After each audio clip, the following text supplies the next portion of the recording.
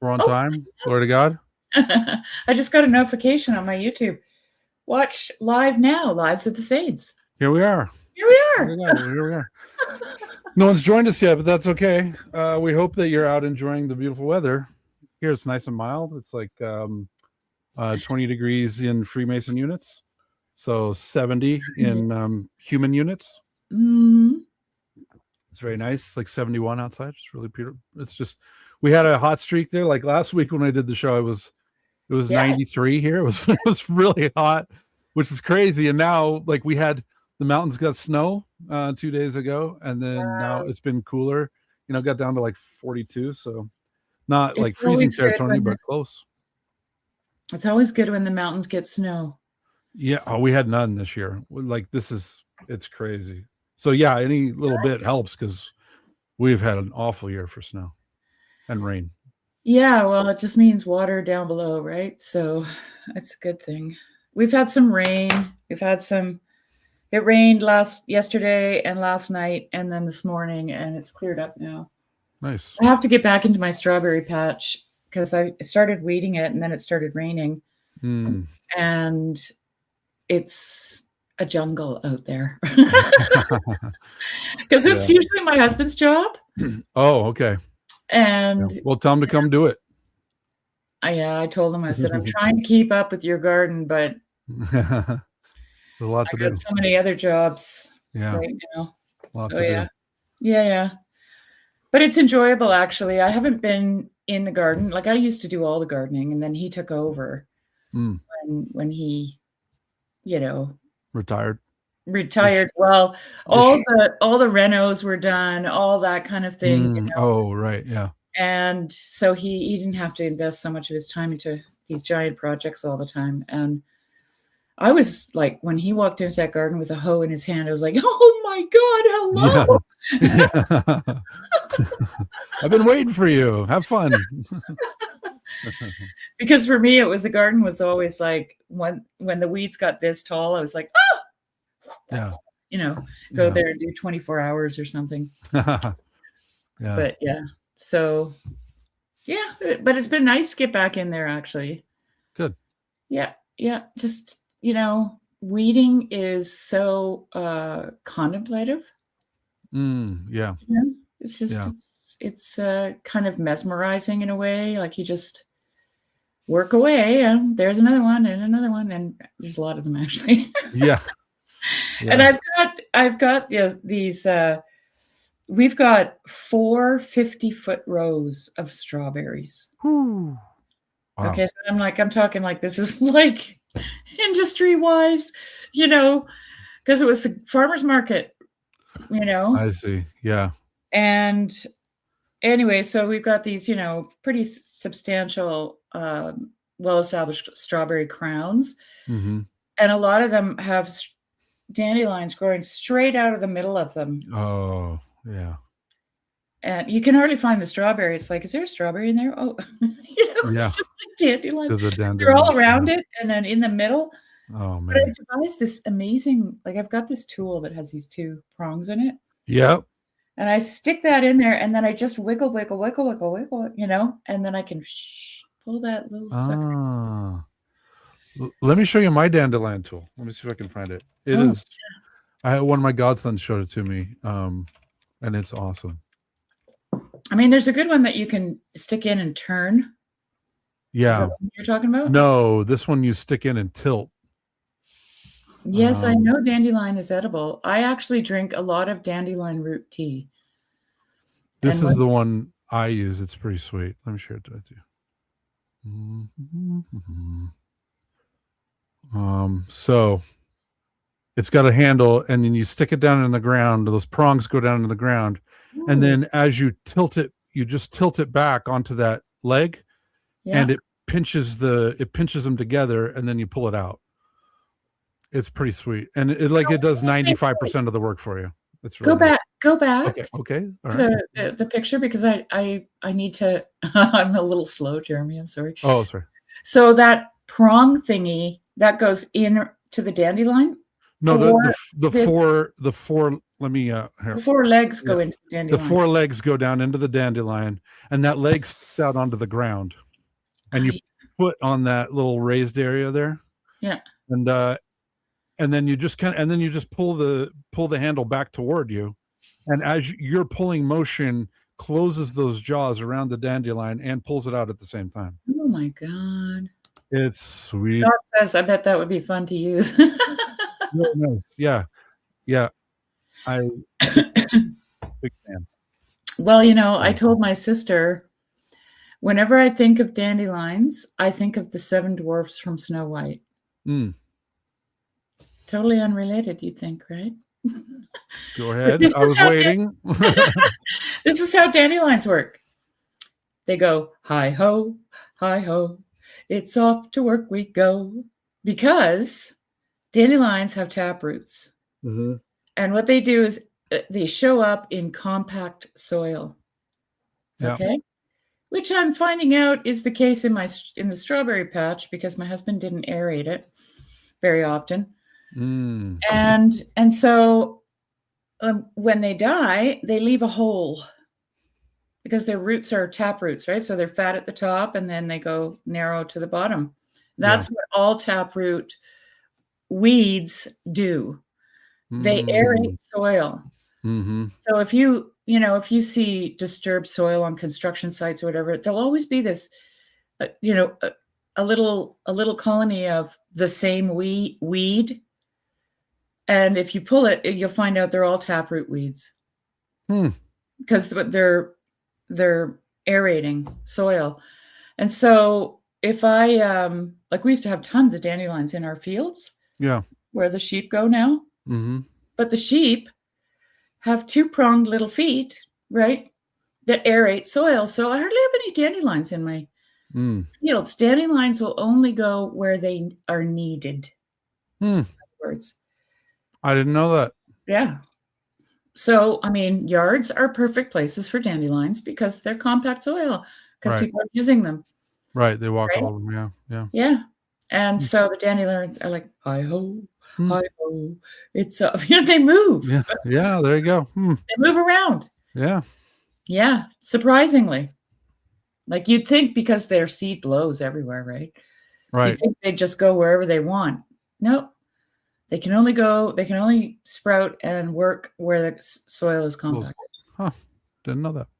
So for some reason, we're not streaming onto Twitter right now, which used to be like one of the main places we got our audience. So let me see if I can fix that real quick. It's got a check mark beside it up here. I know, it's lying. It's lying. Let me try it again. Let me check. Okay, that's fine. Let me see if it's working. Oh, I guess nope. I'm lying. It's working. You have to know that AI never lies, Jeremy. Oh, right. Oh my goodness. I looked up something the other day out of curiosity, some historical fact, because I was watching The Last Kingdom. Yeah. And there's this huge battle in the series, one of many. And I was looking up this battle, and Google AI said that this battle happened in 9/11 and and this Viking was involved. And so I clicked on the Viking's name, and in the continued Google AI, and then it said, "Oh, error. That was from a movie. That was from a TV series."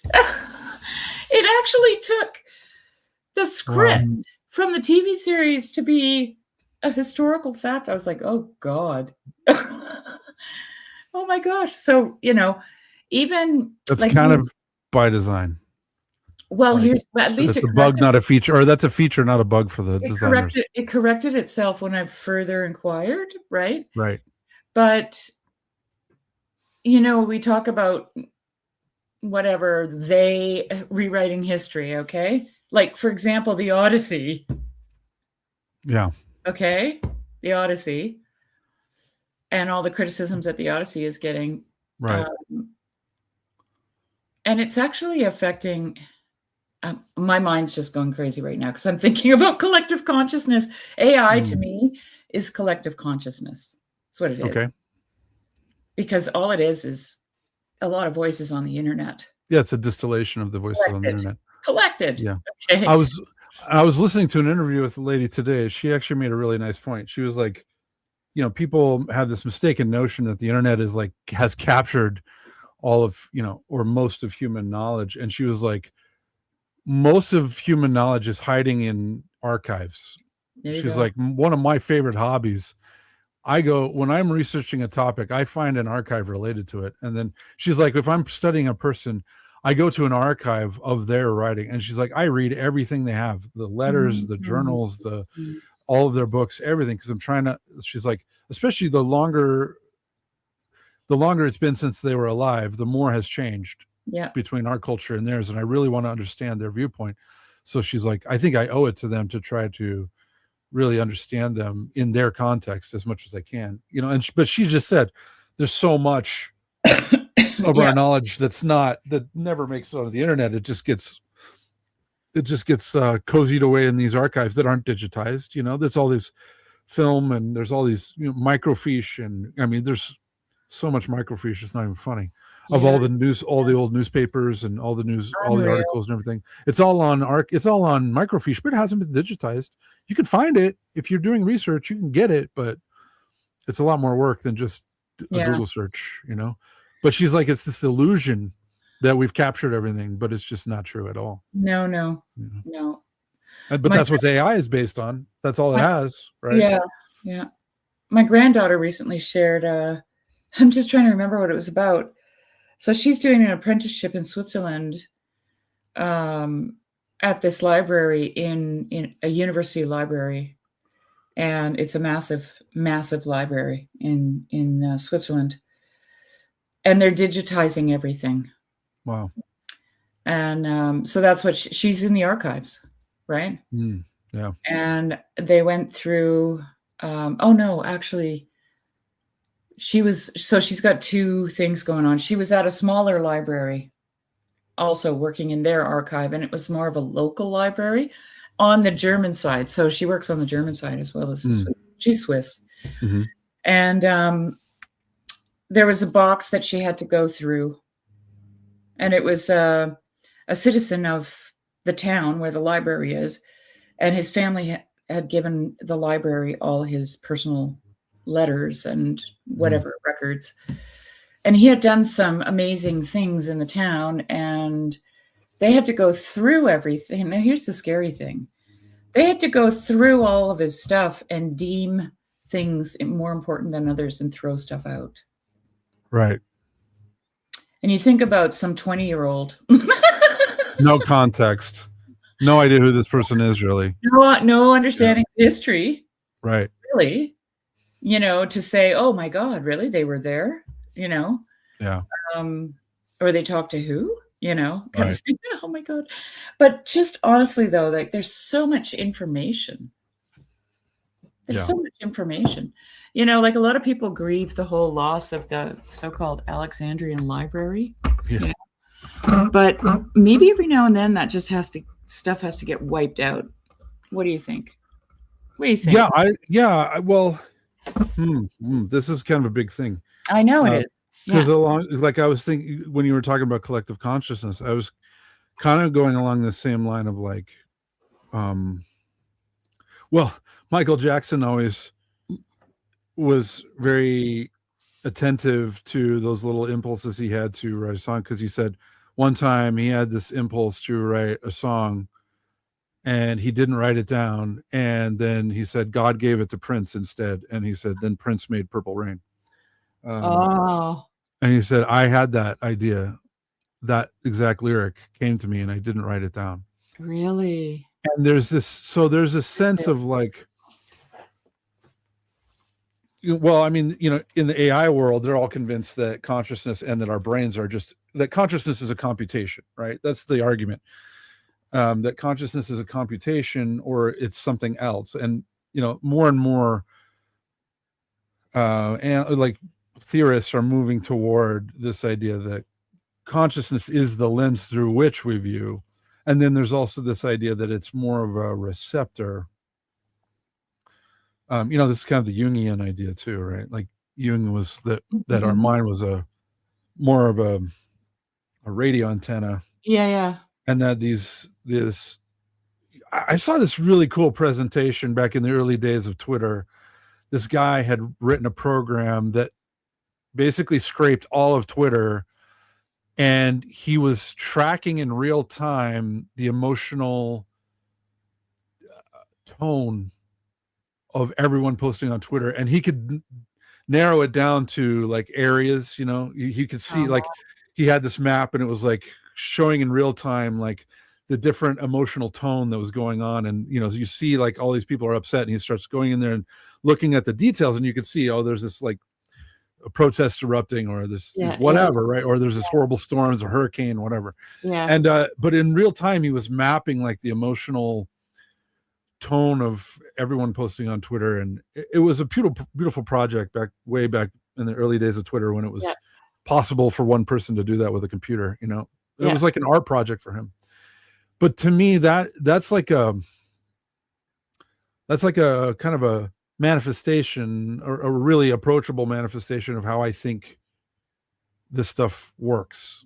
So yes, I also was thinking about this idea of like, so like we have this culture of like, oh, burning books is like the worst thing. Oh my gosh, in this era they burn books, right? And it's like, well, they still burn books now, and there's still books that are essentially banned, like there are great books that nobody knows about.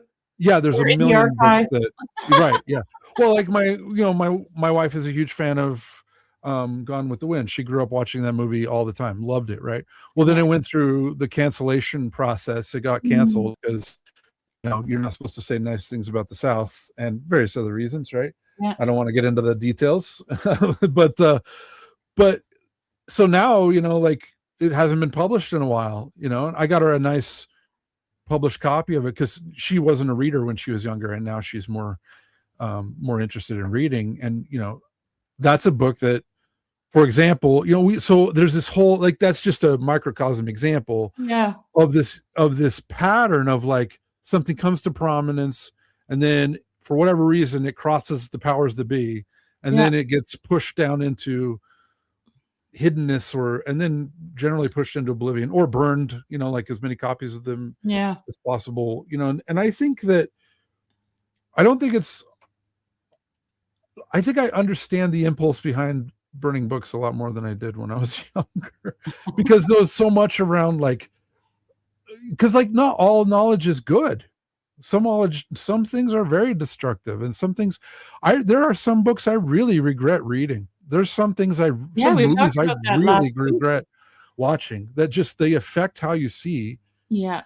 And so I get the impulse now where if I owned the book, I would chuck it in a fire, because I don't, it's not like I'm going to go buy them at the bookstore and burn more, but my copy of it, no, I'm not going to promulgate that.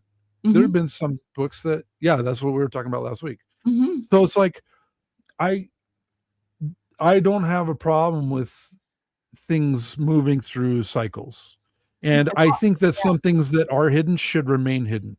I don't think that all knowledge wants to be free, and that we need to make everything public and exposed, and I don't agree with that at all. Well, there's that, but then there's also this weird, okay, so I've just got so much going on in my head right now. I'll try to get it out one at a time. If you're joining us, we are going to talk about Live with the Saints. We usually have a little bit of a fade in while we're waiting for everyone to show up.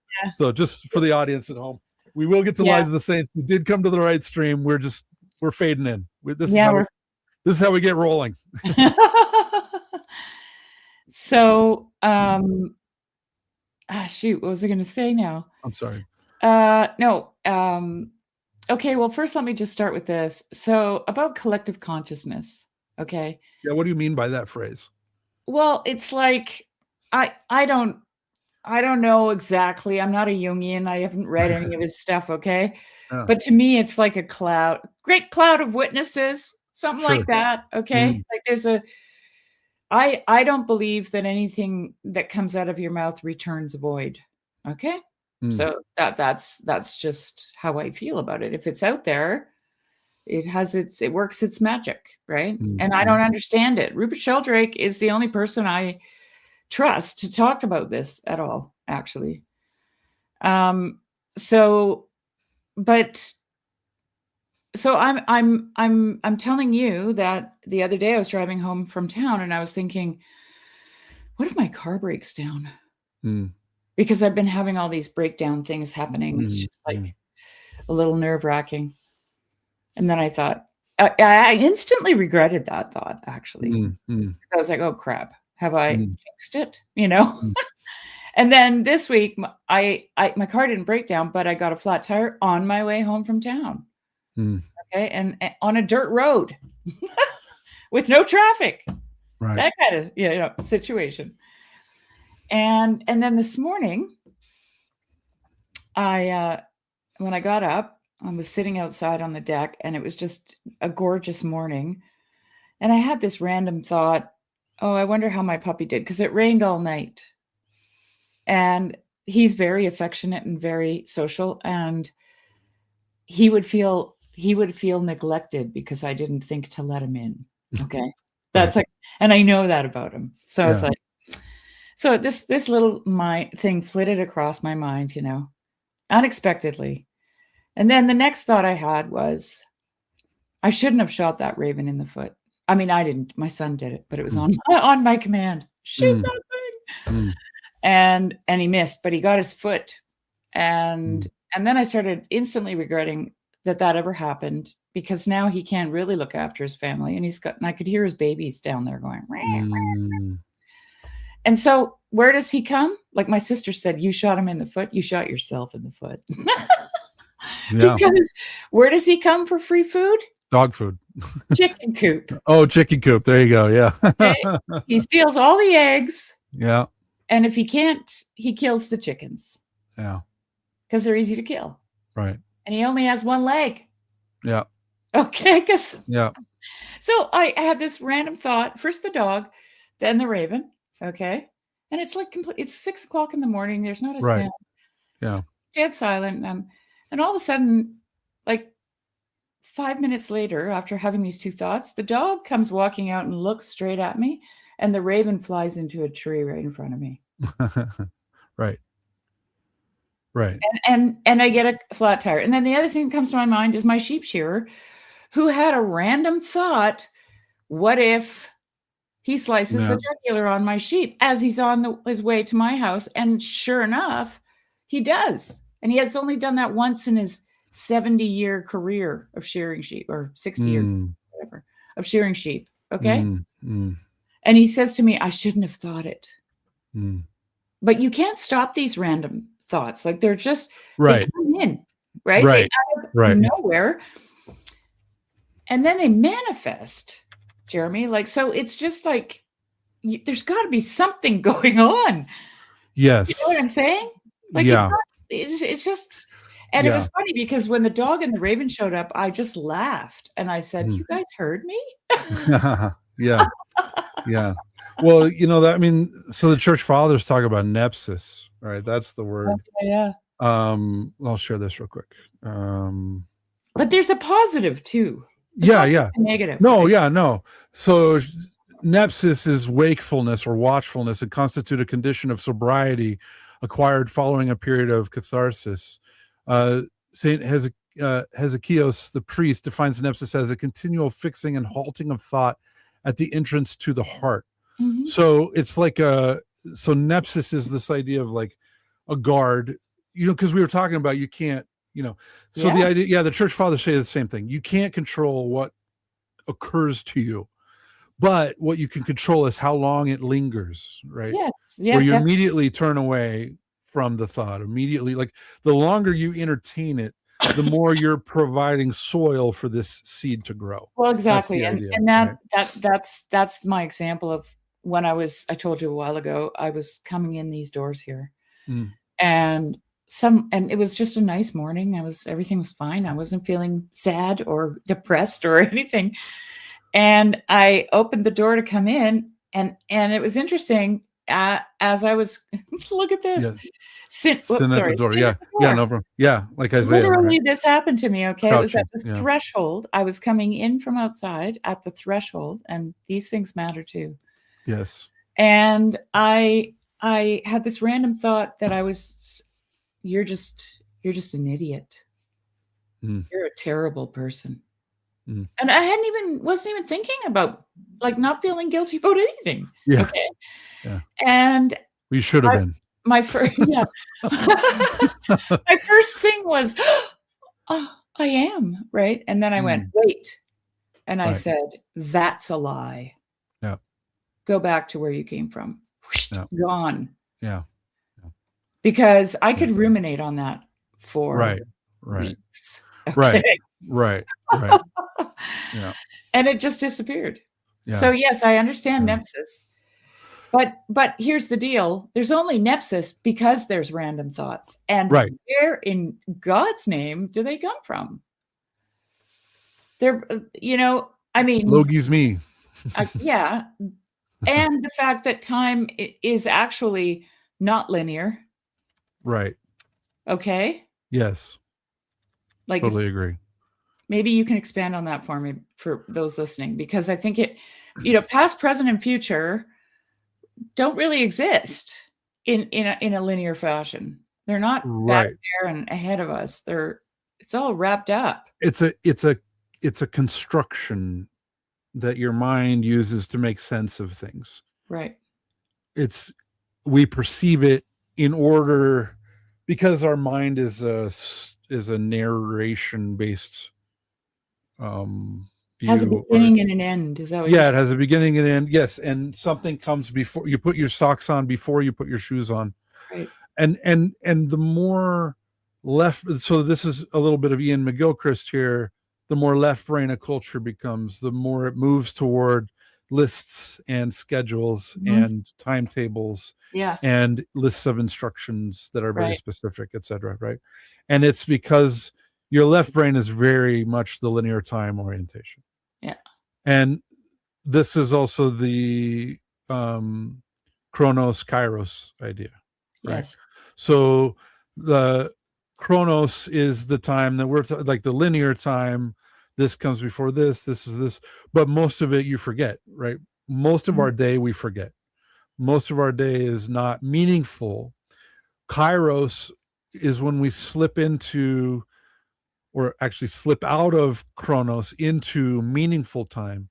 And it's like when we're lifted up into eternity, into those moments that we remember forever. And sometimes to our detriment, like you remember your childhood and you're over identifying with some of these things. Yeah.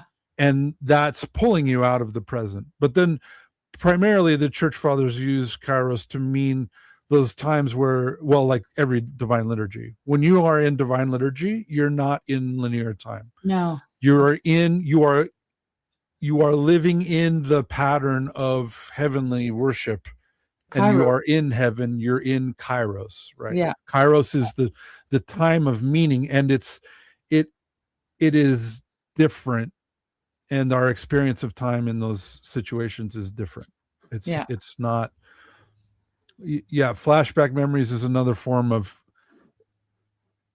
getting ripped out of the present. So the church fathers really emphasize that you really shouldn't spend much time thinking about the past at all, nor the future. Yeah. Because you're being distracted from living here and being present here and connecting to the people that you're around here right now and praying right now. Right? Because if you're praying, you're not going to be thinking about that stupid thing you said at that meeting 2 weeks ago, right? Yeah. My sister asked me recently to pray about something that's way kind of off in the distance, right? This thing is coming, and could you pray about that? And I said, well, yeah, but I'm only going to pray once. This is the thing, because you know what I mean? Yeah, right. Well, that's kind of what we're talking about. I recommend you only pray once about it. I mean, and then that's it. And whatever happens is God's will, right? Right. You made your request known. Right. Right. And the rest is trusting. It's like that epoche is suspension of judgment as a patient waiting on the Lord. Yes. Because you can use this quote unquote prayer time to ruminate. Yes. And worry. And that's not contemplation. No, that's not what it should be. No. Could be, maybe is better. Not to say how people should pray, that's not what I'm saying. But yeah, it's also super fascinating to me, Jeremy, because I think I've told you that I mean, there's so many things at play. But like if I'm thinking about, I've got a few ewes that have these like super long, their feet just grow super fast. Mm-hmm, They have a mm-hmm, certain breed in mm-hmm, them that makes that happen. And the rest are fine, but these guys are just like monsters when it comes to their feet. And I look at my sheep all the time. If I am thinking about their feet and I've learned that I can't really directly approach the foot thing with them. mm-hmm. And I'm not using words. I'm not like, so how are your feet today, girls? Right. Okay. I'm just going up and looking. Right. So I have to, out of the corner of my eye, as they pass me by, check their feet. Because they are prey animals and you're approaching them like a predator. Right. Because you have directed attention and you're walking right toward them and they're like, whoa, hey, what are we doing here? Yeah. There's that. And then there's like, they're reading my mind, because even if I'm just glancing, they go. Yeah. Right. And I'm like, and I can walk straight up to those girls. So they're the oldest ones I have, and scratch and pet them all the time. But if I'm thinking about their feet without even looking at them, because I try not to on purpose. If I think about their feet, they run away from me. Yes, I believe it's insane. Yeah, no, I believe that. My sheep shearer said sheep are not dumb. They're clever. I was like, that is because goats. Right. No, sheep are very smart. They're much smarter than cows. And goats. Yes. Which is surprising, actually. Goats are mischievous. Goats are intelligent, which causes them to be curious. Right. Which makes them a pain in the ass. Yes. They're hard to contain. Sheep are hard to contain too, though, if they're hungry. Oh, God. Sheep are incredible escape artists if your pasture does not have enough feed for them. Right. They'll jump out of the fence and eat and then jump back in the fence so that you don't know. I've caught them. I know. Believe me. It looks like Fort Knox. One of my pastures here is like 6 strands of barbed wire with spacers in between. Yeah. Because otherwise they'll figure it out. Yeah. And jump it. But what's so interesting is when they do that, when they get out to go looking for nourishment, is what they're doing. Yes. They know how to do it, but they won't do it if they don't need to. Right. That's right. This is a really interesting thing about sheep, because goats would just go straight to that spot and go out every single time. Yes. Regardless of how much food was in the pasture. The grass could be like waist deep. Right. But the sheep don't do that. No, they'll only leave if they're hungry. And so here's an interesting thing. I thought of this actually the other day, because I was watching a OG Rose conversation with a bunch of other people in it. And they were talking about impulsiveness and craziness, they were putting it, but it was more of a holy fool move. What's the difference between those things? Like one guy was saying how one day in the middle of the day at his desk, he was like, I just can't do this anymore. And he left. He quit. And it was the best thing he ever did. Yeah. But he didn't feel impulsive. He came to a moment, like a thing where it was like now or never. And he made a crazy move. Right. And then in the comments, I wrote, as a shepherdess, if the pasture does not contain nourishment, my sheep will do crazy things to get out. Yeah, that's right. Yeah. If it's got nourishment, they don't. Right. It's just stunning to me, because I've had goats forever. Eh? And if you got a hole in your fence, you got to plug that sucker up. Otherwise, you're hooped. Right. They're out. As soon as they wake up. Yep. Yeah. Oh, so it's really fascinating. Yeah.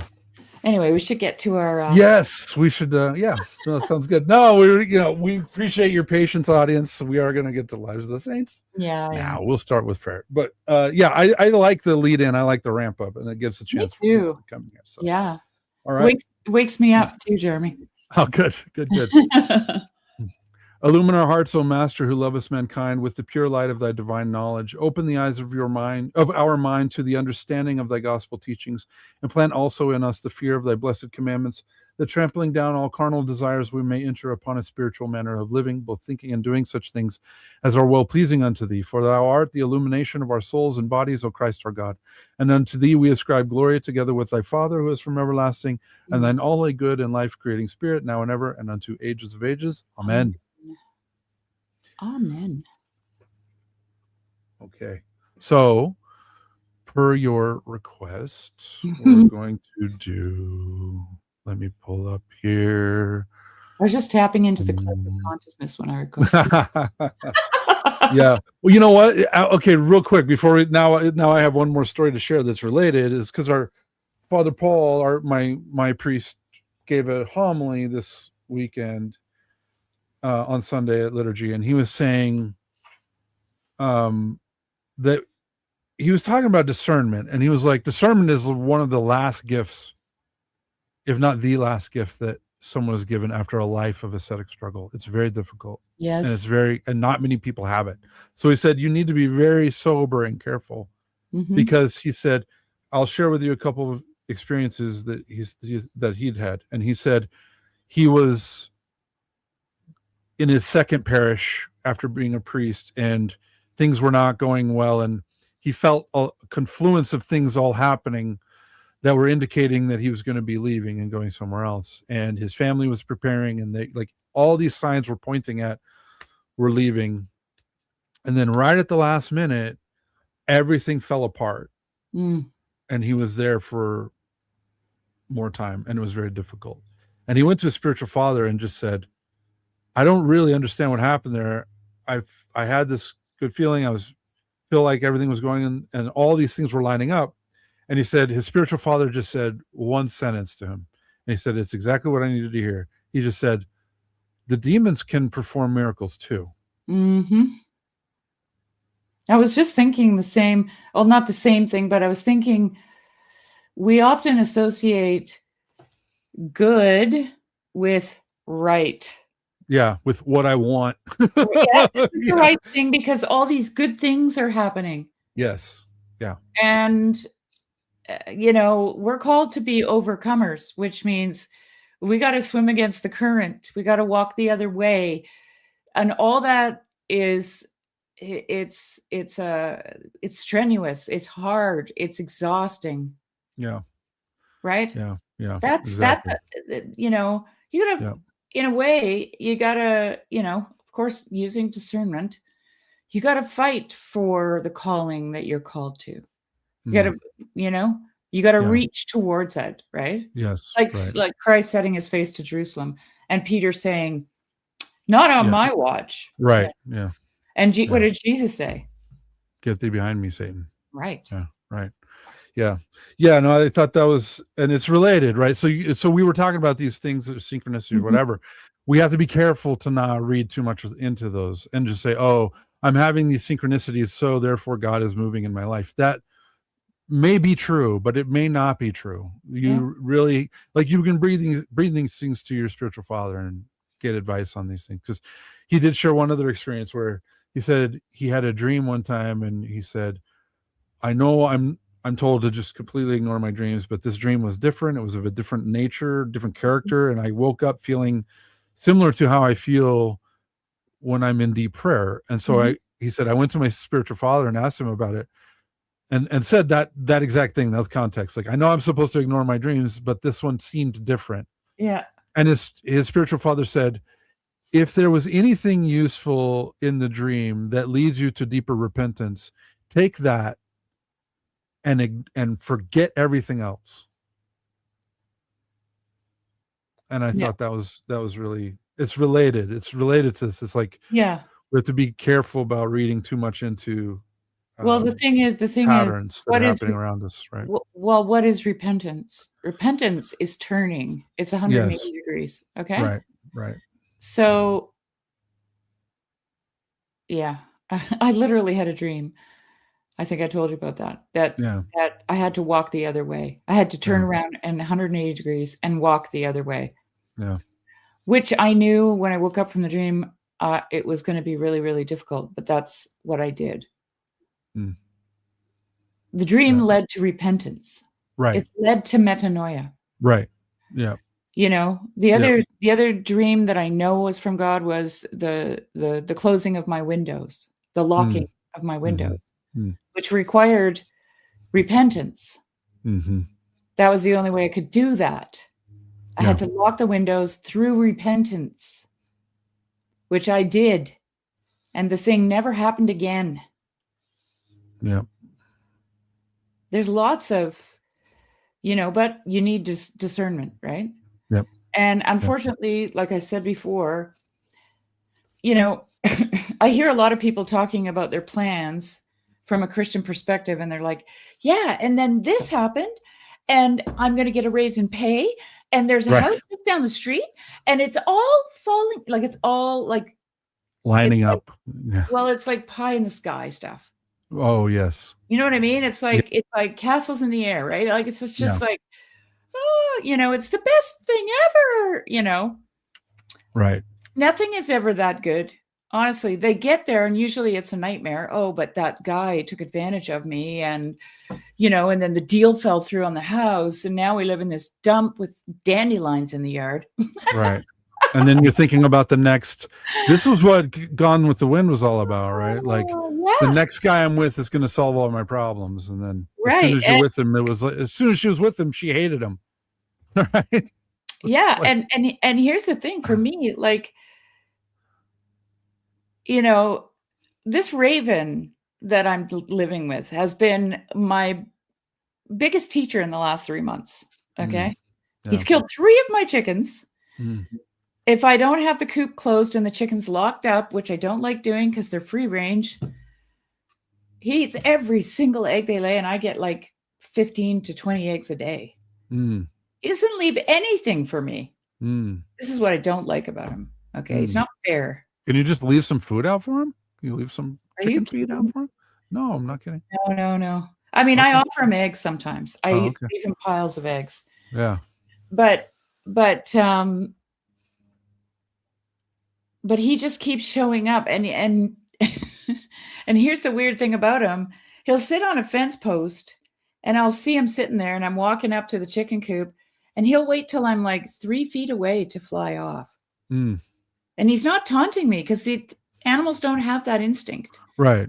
They don't humiliate you. They don't laugh at you. They're not like that. It's trust that lets him sit on that fence post. He trusts me. Right. I shot him in the foot.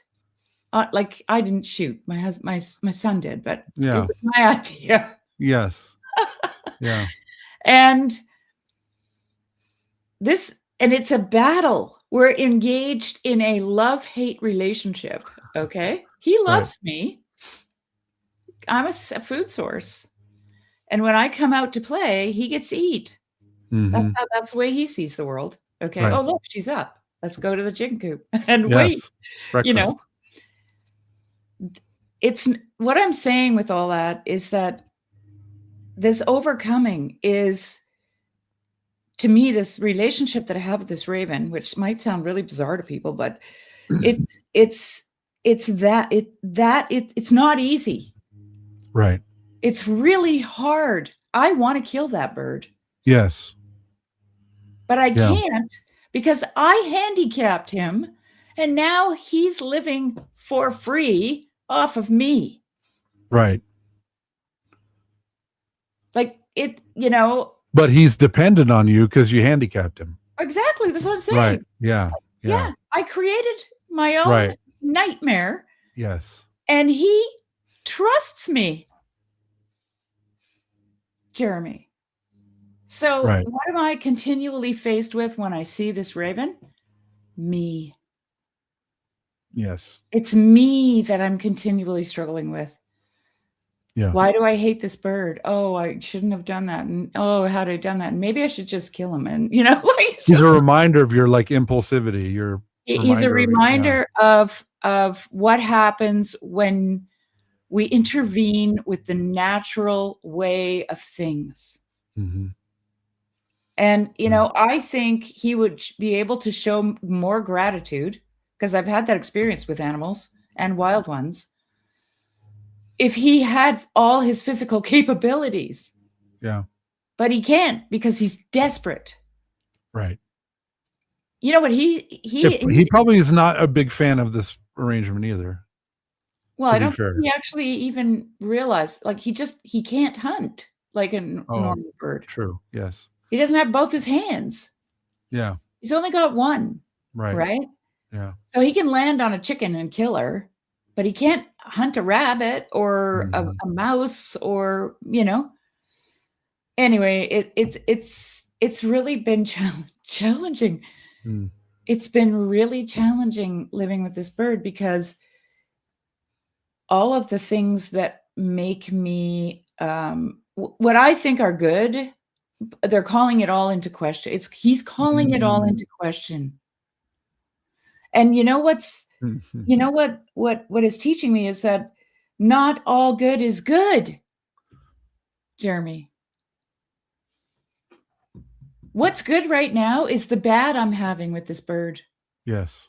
That's what I'm trying to say. Yeah. Right. Good for me, anyway. Yeah. No, that's I'll be thinking about that a lot. That's interesting. Mm-hmm. Mm. That's frequently the case. That's like the root of my argument against like the whole suffering is objectively bad. It's like, is it? I'm not sure about that. That was like the argument of Sam Harris tries to use. Oh, I know. The Sam Harris thing just gives me the creepy crawlies. He's so incoherent, really, with that kind of view, because he's constantly running up against walls with his certainty. Yes. Yeah. Anyway. Okay. Learned this week, discernment is a gift of the Spirit. Yes. And the Church Fathers teach it's one of the last ones that you get, if you ever get it. It's so basically distrust yourself. Like don't rely on your own judgment. It's wisdom. And you would love the chickens more. I struggle with Well, here's the thing. Here's the interesting thing. I'll just say this and then we should do the saints. Sure. The chickens that died were the chickens that were going to die. Mm-hmm. Okay. So I had two chickens that no matter what I did, they would escape the chicken coop. None of the other chickens would. But these two girls, they were like crazy people behind bars in a prison. They would just pace until I opened the door, in the morning. Mm-hmm. They were the goats. They went out. Yeah, they were the goats. Exactly. Matthew 25 is coming to mind. Exactly. They went out and they got killed because they didn't have a rooster to protect them. Okay. And then the other one that died more recently, she was 18 years old. That's crazy. 18 years old. Wow. I mean, this girl, she looked like a wizened old woman. She actually, when she molted, her feathers wouldn't grow in for like 6 months. Her body just didn't have the capacity. You could see them sticking out, and they would just slowly. But she was mostly bald after she molted, and she would hump along, Yeah. Her feet were swollen with edema because her heart was struggling, like the whole 9 yards. And that was another moment where last week I was like, well, how long is this chicken going to go? Like, she was kind of the marker for me if any predators had been around. If she was still out there, I knew no predators had been around because she would be the first to go, right? Yeah. And I don't know if the raven killed her or if she just collapsed one day because she was kind of laying in front of the chicken coop and he had already eaten most of her. So it's possible that he just, opportunistically got a free lunch or something. But this, the ones who died were the ones who were going to die. Mm. There are those. So he's a judge. He is a judge. Your raven is a judge of your chicken. He absolutely is. And whenever I go to do anything, I'll have this fleeting thought in the back of my mind, because I am being so watched, Jeremy. Just like watched. Yeah. I can feel it. It's like Job says to God, "You tireless watcher, what have I done to you?" Okay? He says that in the book of Job. Yeah. But here's the deal. When I asked that about the raven, I know what I did to him. Right. Yeah. And now he's putting me to the test. Yes. He's a judge. Yeah. Oh my gosh, yes. It reminds me of this stand-up comedian. He was like, when you're in school, he's like, you're in elementary school, you're like throwing the pencil around, you're like, ah. And he's like, I threw this pencil one time and it went in a kid's eye. Oh. And he was blinded in that eye. Oh and he's like, and then 2 years later, we were playing around, and the little gag where you got the pencil and your friend's about to sit down, you put the pencil under him, and he sits on the pencil and like, oh, he's like, I did that to my friend and it went up his spine. Mm. And then he was paralyzed. Oh my God. And he said, for the rest of my school career, the kid with one eye pushed around the kid in the wheelchair into every one of my classes.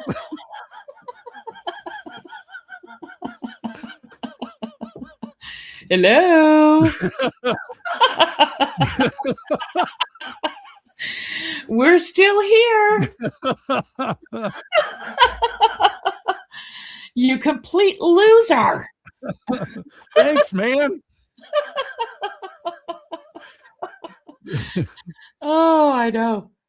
It's there's a lot going on with my raven situation. Yeah. Believe me, it's all happening. You should read the poem, maybe you should read Nevermore. The Raven by Edgar Allan Poe. Yeah, I've never read that. Is it? You haven't? No. Oh, there's a James Earl Jones actually did a reading of it in The Simpsons one year. They used to do like Treehouse of Horror for Halloween. They did a Halloween episode every year. I think it was like year 3 or season 3 or season 4. James Earl Jones does a reading of The Raven. It's fantastic. It's so good. Ooh. I'll see if I can find it after the show. I'll send you a link to it. It's pretty cool. Okay, so tonight we're going to talk about Saint Nikolai of Zika, and I don't know how to say his name. How do you say his last name? Velimirovich. There you go. So I'll share his first.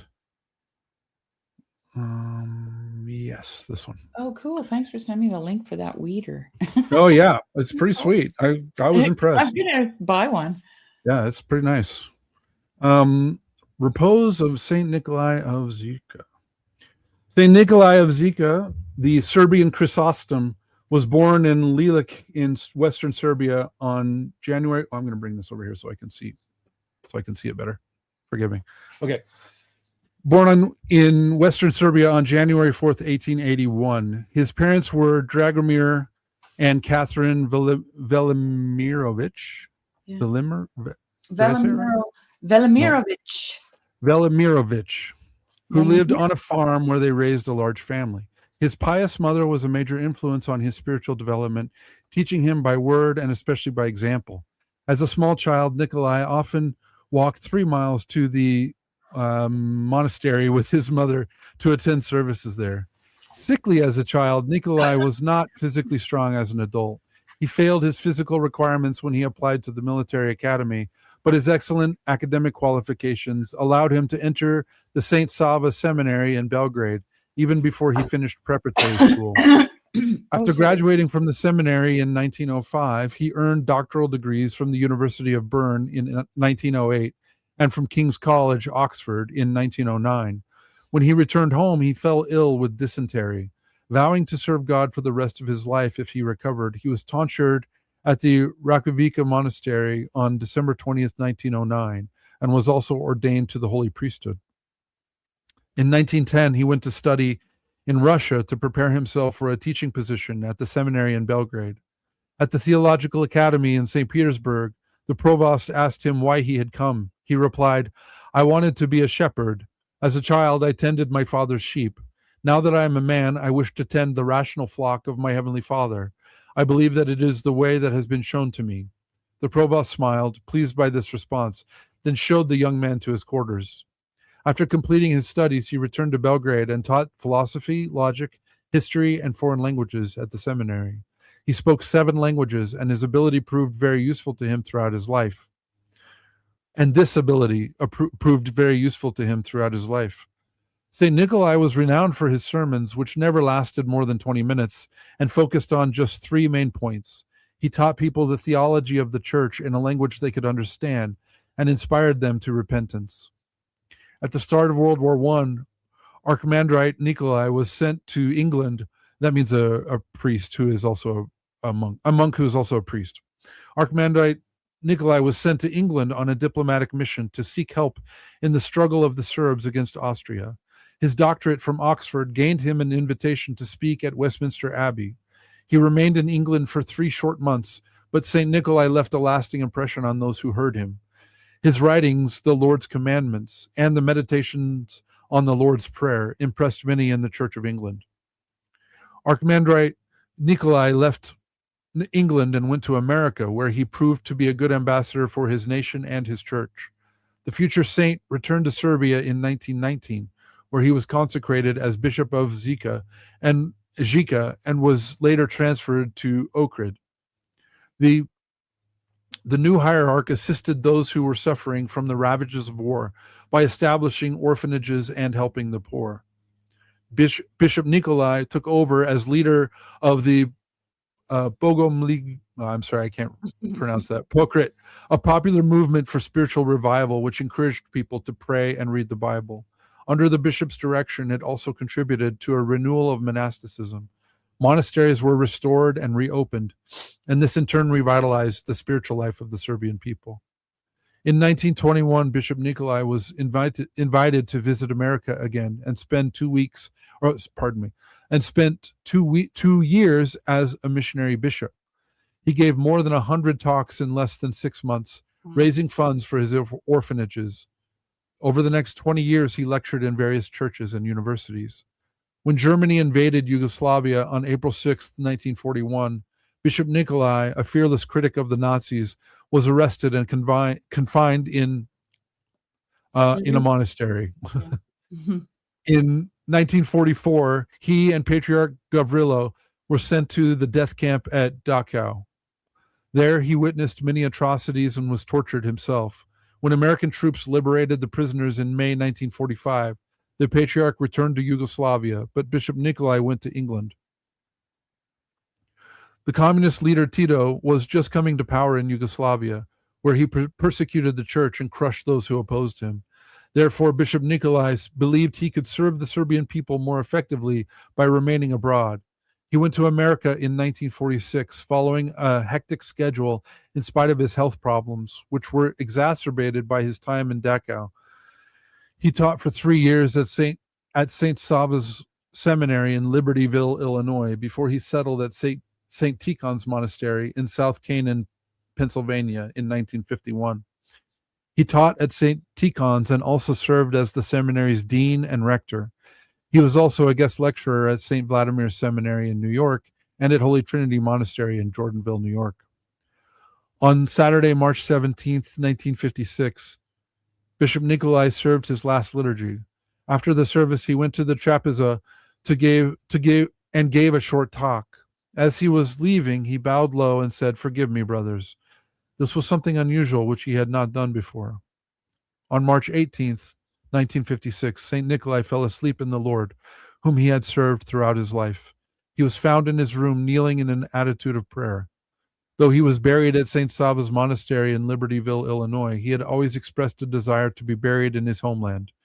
In April of 1991, his relics were transferred to a monastery in Lelik. There he was buried next to his friend and disciple, Father Justin Popovich. English readers are familiar with St. Nikolai's prologue from Ohrid, The Life of St. Sava, a treasury of Serbian spirituality, and other writings which are of great benefit for the whole church. He thought of his writings as silent sermons addressed to people who would never hear him preach. In his life and writings, the grace of the Holy Spirit shone forth for all to see, but in his humility he considered himself the least of men. Though he was a native of Serbia, St. Nikolai has a universal significance for Orthodox Christians in all countries. He was like a candle set upon a candlestick, giving light to all. A spiritual guide and teacher with a magnetic personality, he attracted many people to himself. He also loved them, seeing the image of God in each person he met. He had a special love for children who hastened to receive his blessing whenever they saw him in the street. He was a man of compunctionate prayer and possessed the gift of tears, which purified the soul. He was a true pastor to his flock, protecting them from spiritual wolves and building and guiding them on the path to salvation. He has left behind many soul-profiting writings which proclaim the truth of Christ to modern man. In them he exhorts people to love God and to live a life of virtue and holiness. May we also be found worthy of the kingdom of heaven through the prayers of St. Nikolai and by the grace of our Lord Jesus Christ, to whom be glory forever. Amen. Amen. Joy says she's going to see Ticons over the weekend. Oh, glory to God. You. Yeah. Christ is risen. Yeah, indeed. And hello, Cassandra. Yeah, well, I can read that one. I've got it here. Uh-oh. So why don't I read that one, the 7th poem, since Joy loves it. Oh, and okay. Oh, yeah. Just for those nice. Listening, okay, what's 7 in Roman numerals? 5, 6, 7. Here. VII. Yeah, got it. This is the man, Scott, if you're still listening, I don't know, but this is the man that wrote the prayer, "Bless my enemies," that you like. Okay, so this is what this prayer is.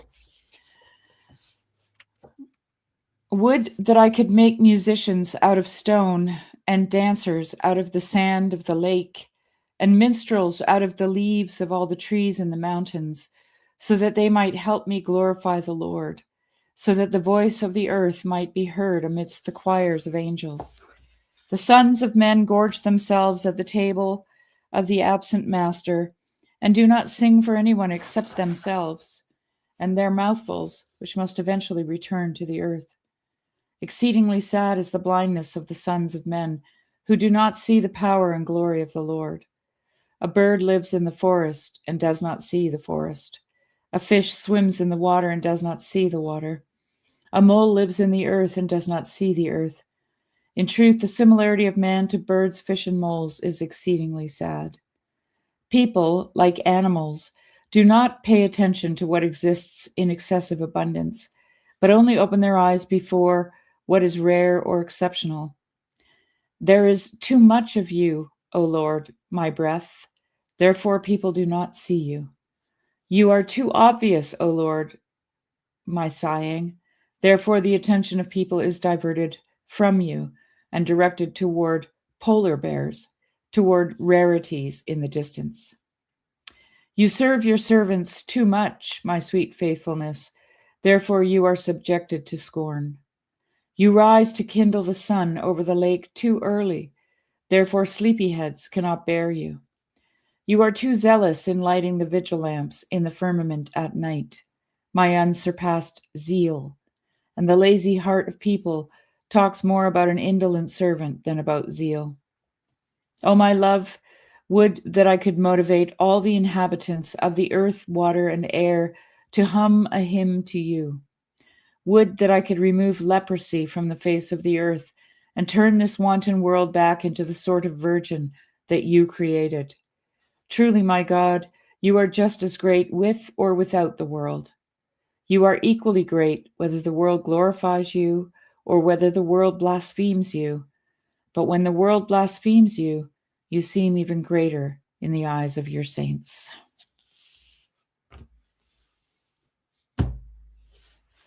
Yeah, that's beautiful stuff. Joy. Yeah. Yep.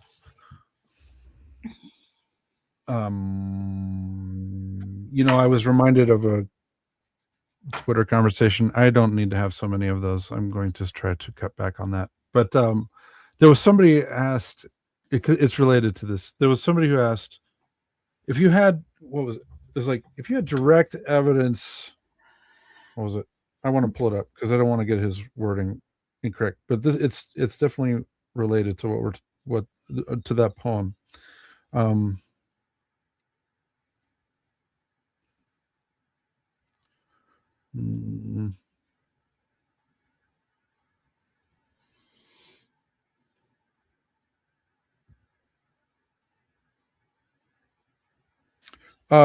Serious question. What testable, observable, or demonstrable evidence convinced you that a God exists? Where is this from? This is on Twitter. This was Okay. a conversation or I mean, it was just an open question someone posted. Okay. And actually, that's not the one I was responding to. Sorry. There was a better one. Yeah. That is what reminded me.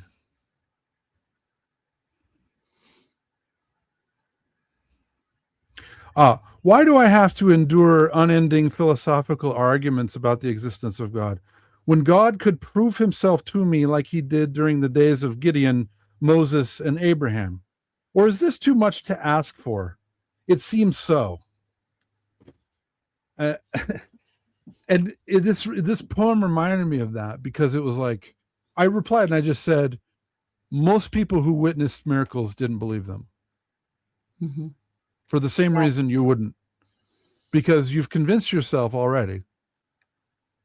And because of that, even if you saw one, you would discount it and you would say that your senses are lying to you and that you're being tricked, and you would walk away. Mm. And I'm speaking as someone who was in that mindset for most of my life. Yeah. Mm-hmm. Which is, it's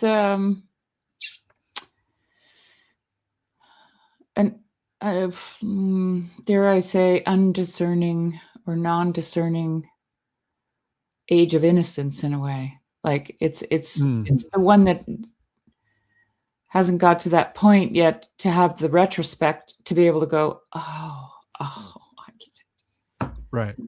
Right. It's the one who looks for the finish line. Well, and they want the big thing. Well, they're looking for everything has to be labeled. Here, this is your destination. Here's the finish line. Okay. Yeah. And you have to go in this direction. And when you get there, you won. You finished the race. Yeah. Whereas what I find, just quickly, I'll let go ahead. No, go ahead. But I find that it's like, I always laughed at this opening of Fantastes with George MacDonald, because he says, he gets this very, well, first of all, he says to his sister, she goes, wouldn't it be wonderful to live in fairyland? And in order to preserve her innocence, he says, oh, that we could, right? He doesn't believe it. Like he's the skeptic that you're pointing at. Then he wakes up in the morning and his whole room is changed. Like there's a stream coming out of his sink. There's a golden pathway. There's vines crawling up his walls, and there's a like a lit, illuminated path to fairyland. And he gets up and first of all, he has to sort it all out. Right. What happened to my room? Where's my room? Yeah. Then he gets on the path to fairyland. He knows it's the path because a woman shows up and talks to him. And then he goes out on the path, and then it says, and then he went off the path and headed south. Yeah. We all know what heading south means, right? Yep. It's a descent, for one thing. It's also, kind of starting off on the wrong foot, as Blake would put it. So, it's just, but that's what this innocence does. You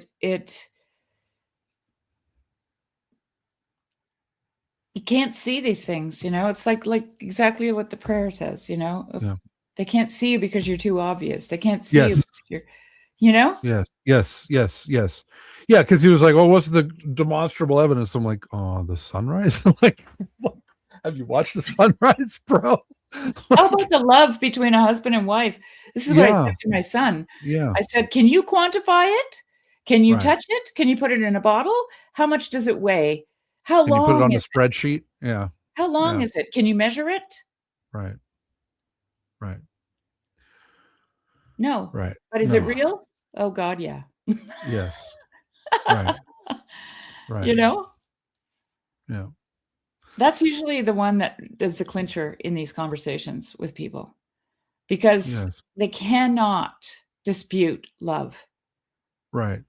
Well, I have someone close to me tried to use the old it's just a chemical reaction kind of response. And I was like, "You're talking about your son. Now come on. Let's calm down here just a minute. Yes. You Is can't this tell like I said, like I'm like, you're a more sensitive person than this. Don't try to pull that on me. so That's not true." were they saying that the father-child or the mother-child relationship was just a chemical reaction? Yeah, yeah, That's yeah. terrifying. Right. And I was just like, "Come on. Don't say that. Don't talk to me like that. Don't talk Chemical about your son that reaction way. That's chemi insane." chemical reactions wouldn't allow you to lay your life down for anybody. No. Right. No. Sorry. If No. if if it's a chemical reaction, then you would gladly hang a noose around their neck to preserve your own life, Right. because that's what rationality would do. Right. Oxytocin. Yeah. I'm sorry. Maybe you feel oxytocin while you're, but maybe you don't.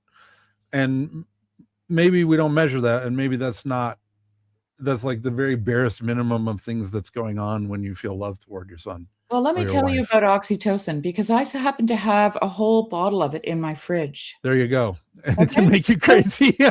would you like to know more about oxytocin? Because I used to give it to my goats after they kidded. Oh yeah, actually that would be interesting. Yeah. We do Okay. have another Lives of the Saints, by the way. We're going to share. We have. I'm going to Yeah. share some of the Optina elders and one in specific that I wanted to talk about. But anyway, go ahead. Yeah. So I used oxytocin for the goats after they kidded because what it did is shrunk their uteruses faster, Mm. as most nurses know. Scott, I don't know if you've ever worked in a maternity ward, probably not, but maybe in this world of equality. um, and it also helps their milk to come in, and it encourages bonding between the kid and the nanny goat. Okay. Yeah. It doesn't guarantee any of those things. Number Right. one, number one, the biology of the is that you gotta oh there you go. Yeah, I have a lawnmower. I'm sorry. I'll mute. So I'll listen. I thought it was a plane or something.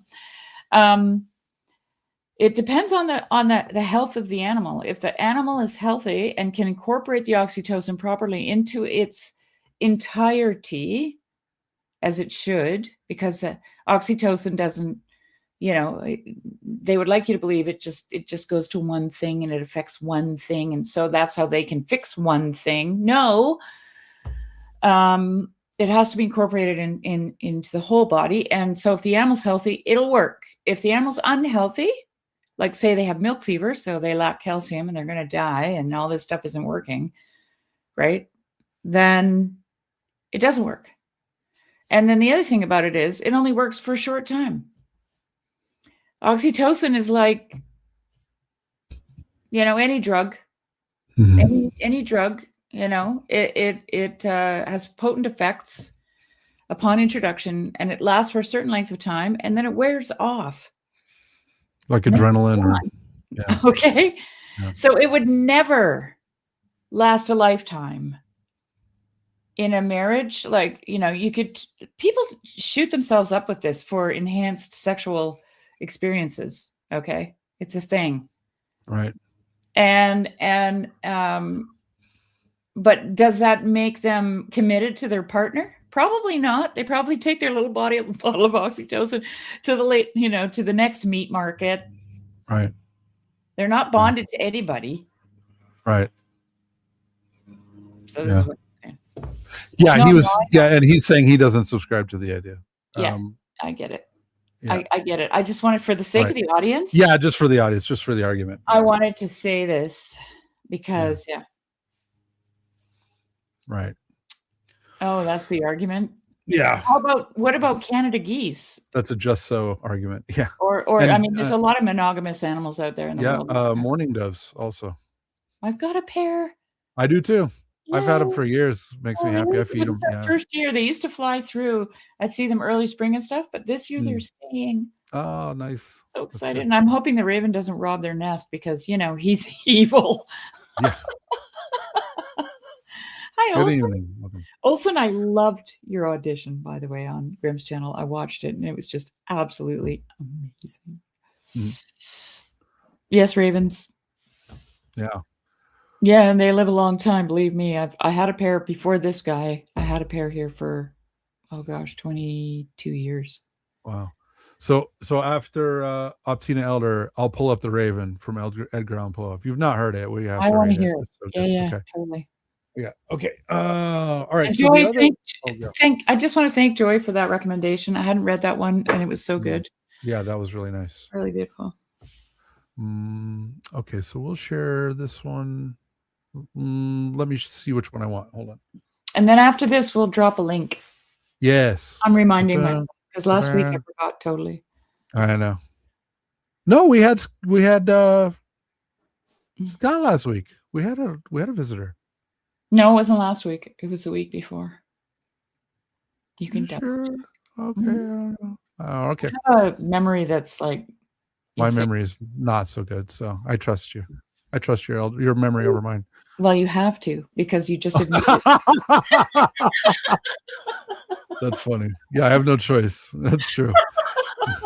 When I have nothing of my own, I have nothing to dispute with. Yeah, right? See, Scott says I was on 2 weeks ago. Okay, all right, you're right. All right. Thanks, Scott. You win. Okay, so the Optina elders and their saying. So Optina is a monastery that's in Russia, and there was a tradition. Basically, they preserved the hesychasm tradition and also the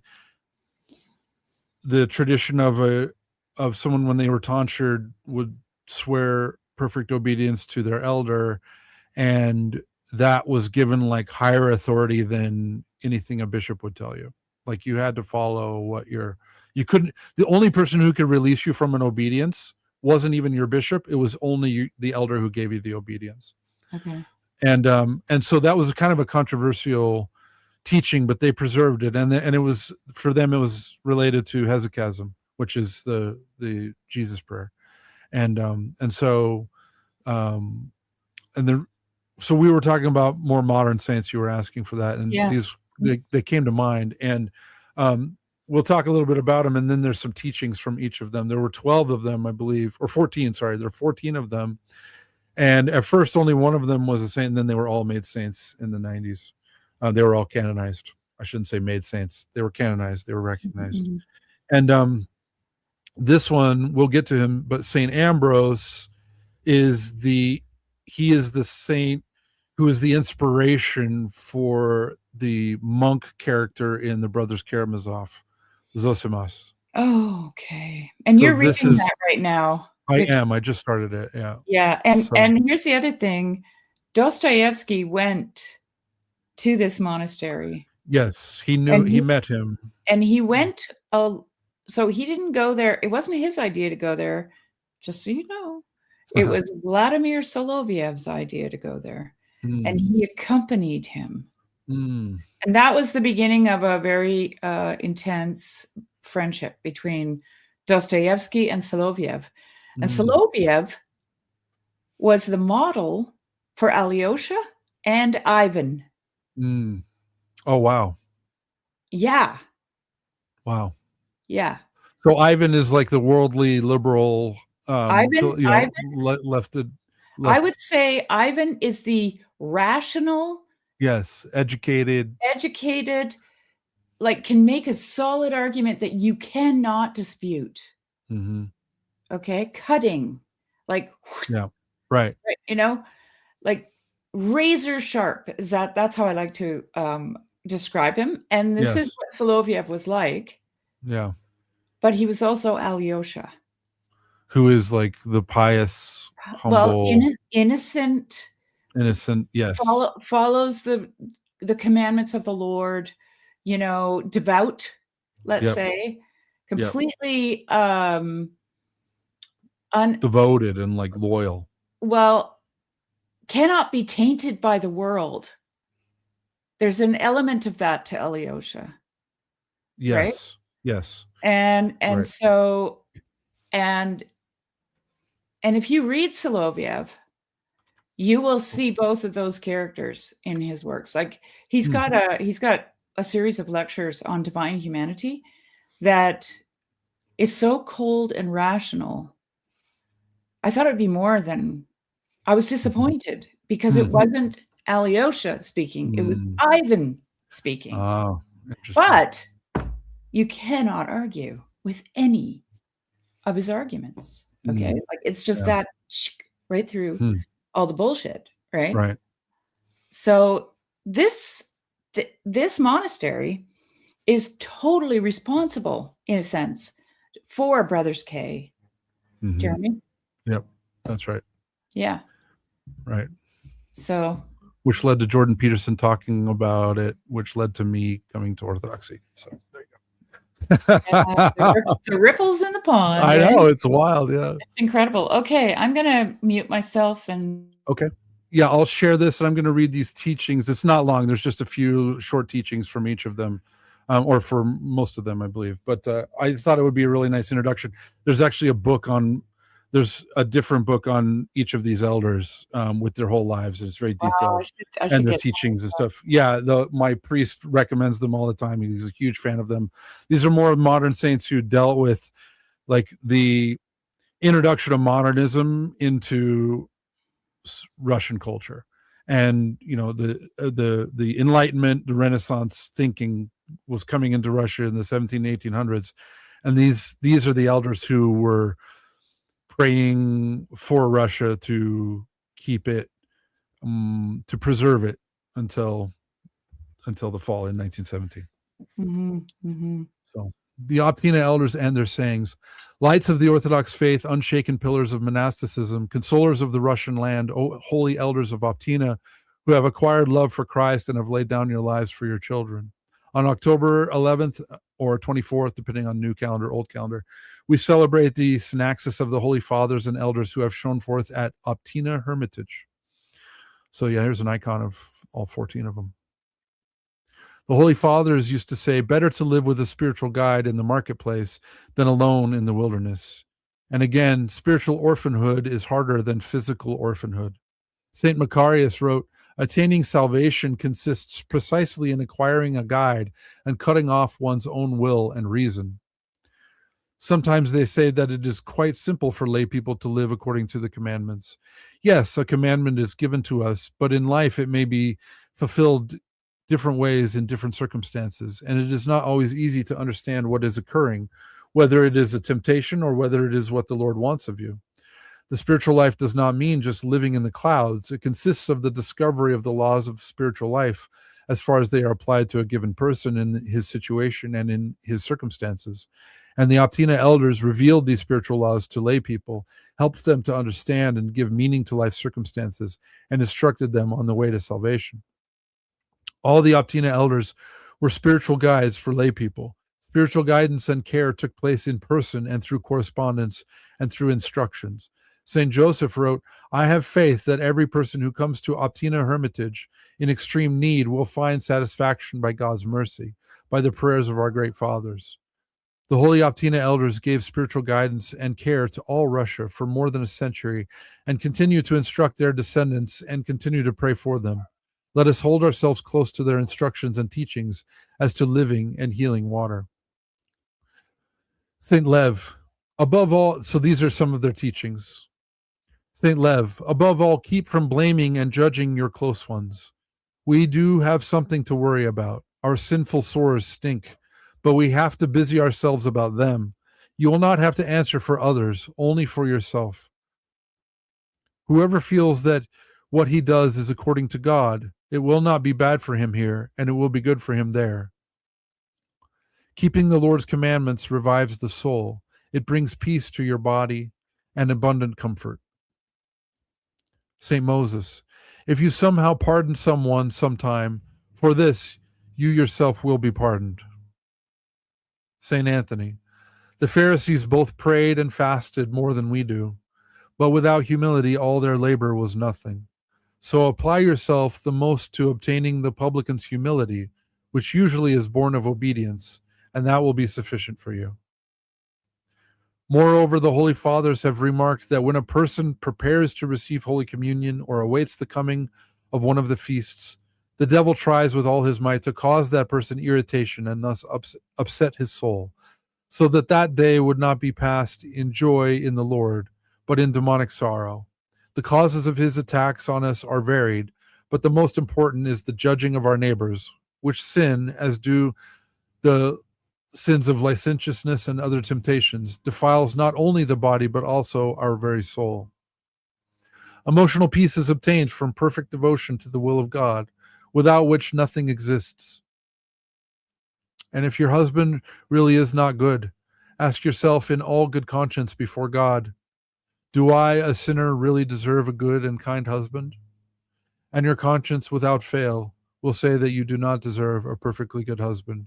And then in humility of heart, in submission to God's will, you will love him with all your heart and will find much that is good, which up until then you didn't see. St. Macarius, one passion reproaches another. By the way, that applies to either husband and wife. That does not. Anyway, St. Macarius, one passion reproaches another. Where there is self-love, greed for money gives way, and the opposite also happens. And we know that all vices sometimes leave a person, and only one stays with him, pride, which is sufficient to take the place of all the others. But we can in no way dare to blame someone who offends us, even though it seemed to be an unjust offense. Rather, we must consider him to be an instrument of God's providence, sent to show us our disposition. No one can offend us or irritate us if the Lord doesn't let this happen for our benefit, or as a punishment, or to try us and correct us. Saint Hilarion, if you reconcile your heart to the one who is making you angry, then the Lord will tell you his heart to be reconciled with you also. We must start everything that we do by calling on God's name. And this is St. Ambrose. This was the inspiration for Zosima in the Brothers Karamazov. If you want to have love, then do the works of love, even if at the beginning you do them without love. We should live on earth like a wheel turns. It touches the earth only at one little point, while all the rest of it ceaselessly rushes upward. But we, how we lie down on the earth and cannot get up. The best thing of all is to live simply. Don't rack your brains over everything. Don't rack your brains over anything. Sorry, I'm going to start again. The best thing of all is to live simply. Don't rack your brains over anything. Pray to God. The Lord will arrange everything. Only live more simply.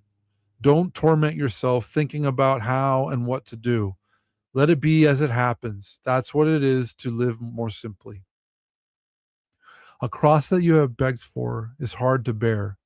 Better to devote yourself to God's will in simplicity. Whoever has an evil heart should not despair, because with God's help, a person can correct his heart. Only one needs to watch himself attentively and not miss an opportunity to be helpful to one's neighbors, to confide often in one's elder, and to give alms according to one's means. Of course, one cannot do all this at once, but the Lord will wait patiently. He only cuts short a person's life when he sees that he is ready to cross over to eternal life, or else when he sees no hope of the person's correction. In God's judgment, it is not one's character that has significance, but the direction of one's will. Understand that character only has significance in the judgment of men, and according to it, they are either praised or censured. But in God's judgment, people's characters, as natural characteristics, are neither condoned nor censured. The Lord looks at a good intention and the forcing of oneself to do good, and he values a person's resisting the passions, although sometimes one may be conquered by something due to his weakness. And again, he alone judges indifference about this, for he knows the person's innermost heart and conscience, his natural power to do good, and the circumstances surrounding him. St. Joseph, if you notice a fault in a close one that you would like to correct, if it destroys your peace of mind and annoys you, then you are also sinning. You also are sinning, and consequently, you will not correct the fault by a fault. It is corrected by meekness. And it's good for us when they jostle us. The tree that the wind sways more is strengthened more at the roots, but the one that lives in the calm falls immediately. As things come together, that's how we should live, because the circumstances that surround us are not simply accidental, as many of our contemporary newfangled know-it-alls think. Everything happens to us by God's providence, whichever looks after the salvation of our souls. We ourselves aggravate our sorrows when we begin to complain. Have what is needful and necessary, but don't collect anything unnecessary. But if you don't have anything and are upset about it, then what is the point? It's better to follow the middle course. Contrariness acts in a person more strongly than anything. Sometimes a person will even do something difficult by his own desire, but just tell him to do something easy, and he immediately gets upset. But we have to do as we are told. Just as we must not seek out honor, so neither must we refuse it. As we live in society for the good of others, honor imposed by others is also from God. The very sin that each person thinks is so bad in his neighbor is the one that accuses himself, the accuser. St. Anatoly. Let us submit to God and humble ourselves, and the Lord will cover us, and we will be holy. But until we humble ourselves and accept God's will, until we propitiate God, that means to please him. Though we beat our heads against the floor during prostrations, the passions will not diminish. Patiently endure everything, and you will not only be peaceful yourself, but you will also give peace to others. But as soon as you begin to keep scores, you will lose your peace, and along with it, your salvation. I'll tell you a secret. I'll tell you the very best way of finding humility.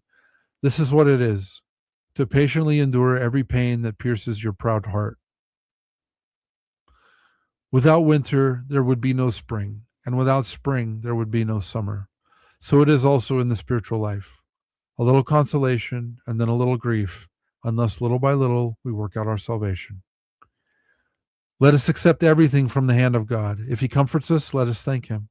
And if he doesn't comfort us, let us thank him. Learn to be meek and a few words, and you'll be loved by everyone. But open emotion is like open gates. The dog runs through them, the cat runs through them, and they leave their droppings. We are obliged to love everyone, but we don't dare demand that everyone love us. Saint Barsanuphius. A sure sign of the deadening of the soul is evading church services. A person who has grown cold towards God, first of all, begins to avoid going to church. In the beginning, he tries to arrive at the service a little late, and then he completely stops visiting God's church. The Lord puts each soul in the position and surrounds it with the atmosphere which will be the most conducive to its improvement and success. Our whole life is a great mystery of God. All the circumstances of our life, however insignificant they may seem, have huge significance. We will only fully understand the meaning of our present life in the age to come, how circumspectly we ought to relate to it. But we leaf through our life like a book, page after page, not realizing what is written there. There is nothing accidental in life. Everything is wrought by the will of the Creator. We have to remember that the Lord loves everyone and cares about everyone. However, if even by human standards it is dangerous to give a beggar $1 million because it may ruin him, while 100 rubles can more easily set him on his feet, how much better does the all-knowing Lord know what will benefit whom? The most difficult thing is prayer. Every virtue becomes habit out of practice, but we need to force ourselves to pray right up until death itself. By prayer, our old man is opposed, and the enemy especially rises up against a person who is praying. I have to listen to complaints about the fact that we are now going through difficult times, that now free rein is given to all kinds of heretical and godless teachings, that the church is being subjected to the attacks of enemies from all sides, and that it will become terrible for her, that these murky waves of unbelief and heresy are overcoming her. I always answer, don't worry. Don't be afraid for the church. She will not perish. The gates of hell will not prevail against her. Right to the dread judgment seat itself. Do not fear for her, but for yourself. That's what you have to fear for. And it's true that our times are very difficult. Why? Because now it is especially easy to fall away from Christ and then perish. St. Anatoly. They say the church is boring. It's boring because they don't understand the services. You have to study the services. Church is boring because they don't care about it. It doesn't seem to belong to them, but to someone else. Even if they at least would bring some flowers or greens for decorations, if they took part in all the fuss of decorating the church, then it wouldn't be boring. Live simply by your conscience, and always remember that the Lord sees, and don't pay attention to all the rest. St. Nectarius.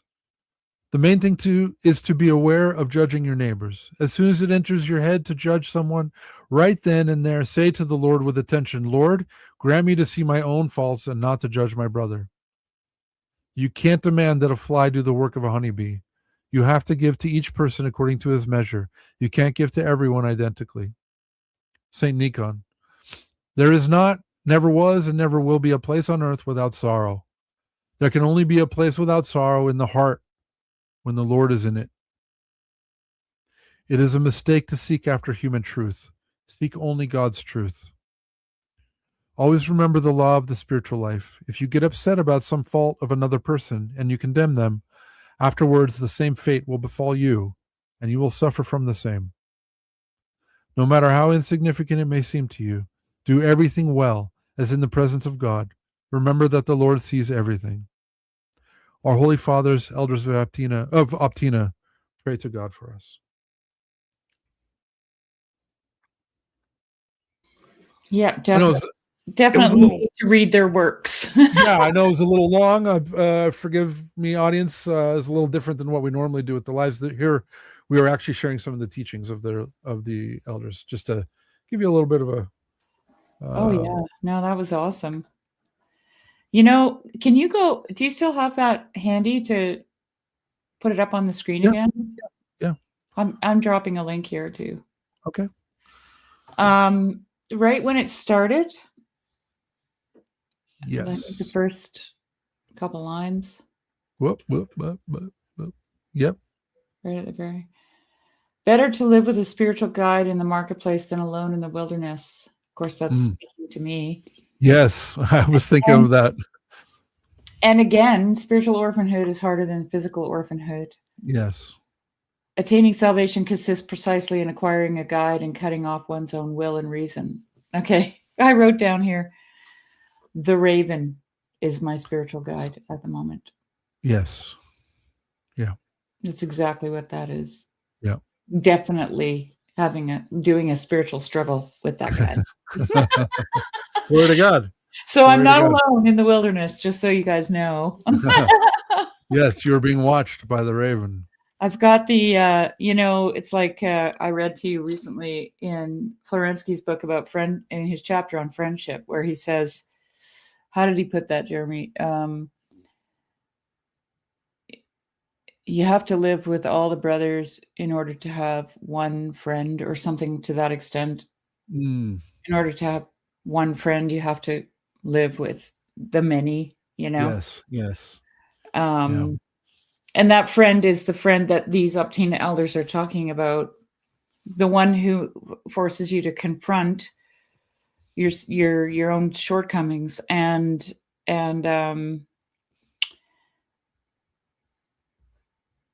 now I just lost my train of thought. Go ahead, answer. What if the elder died? Would you never be released? Okay, so there's actually a story about this in the Brothers Karamazov. I was just reading this today. Oh, There cool. was it's kind of the opposite of your question, but it will be an interesting story regardless. There was a man who was given an obedience. So he was at Mount Athos, and he was given an obedience by his elder to leave Athos, to go to Jerusalem and to venerate all of the holy sites there, only for a short time, and then to go to Siberia.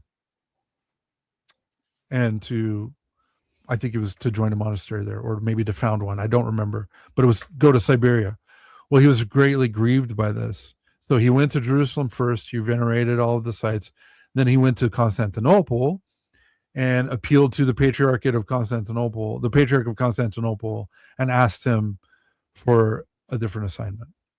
And the Patriarch said, I can't release you from that. And he ignored the Patriarch, ignored the bishop, and went to a different place and settled in a monastery. And there he did great ascetic efforts and miracles. He was a miracle working saint. And then he died. At his funeral, there was a part where it said, now let those who are unbaptized depart. And the coffin left the church. So they take the coffin and bring it. What's that? Is this in Brothers Karamazov? Yeah, this is in Brothers Karamazov. And so the coffin, and so then they bring the coffin back. They say the prayer again. Let those who are unbaptized leave the church. The coffin leaves again. Wow. They bring the coffin in, and for a third time, let those who are unbaptized depart. Leaves again. What's going on? Well, they reach out to the elder of this saint. They track him down, and he said, he disobeyed me, but I release him from the obedience. And then they brought him in. They were able to bring him into the church and finish the funeral service. I love it.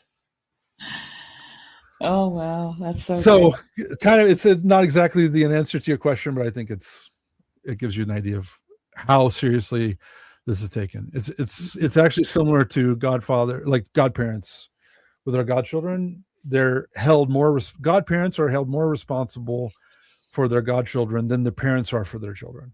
It's thicker than blood. It's considered, like, being a godparent is considered a more serious responsibility than being a parent. So yeah, because I mean, you'd be responsible for their spiritual health and welfare, right? And teaching them. Yeah.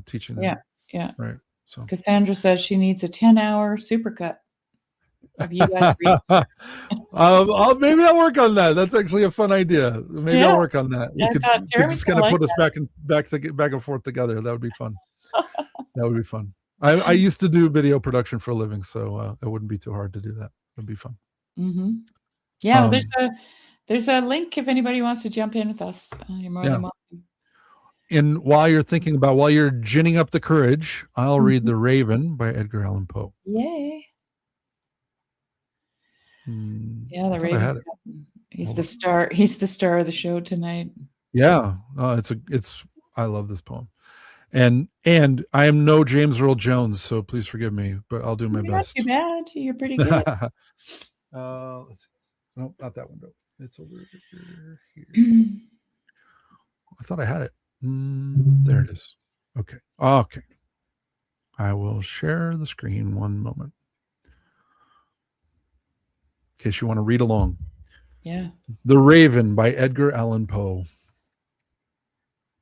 Once upon a midnight dreary, while I pondered, weak and weary, over many a quaint and curious volume of forgotten lore, while I nodded, nearly napping, suddenly there came a tapping, as of someone gently rapping at my chamber door. "'Tis some visitor," I muttered, tapping at my chamber door, "only this and nothing more."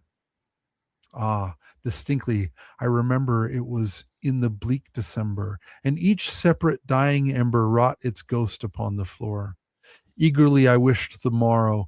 Vainly I had sought to borrow from my books surcease of sorrow, sorrow for the lost Lenore, for the rare and radiant maiden whom the angels name Lenore, nameless here forevermore.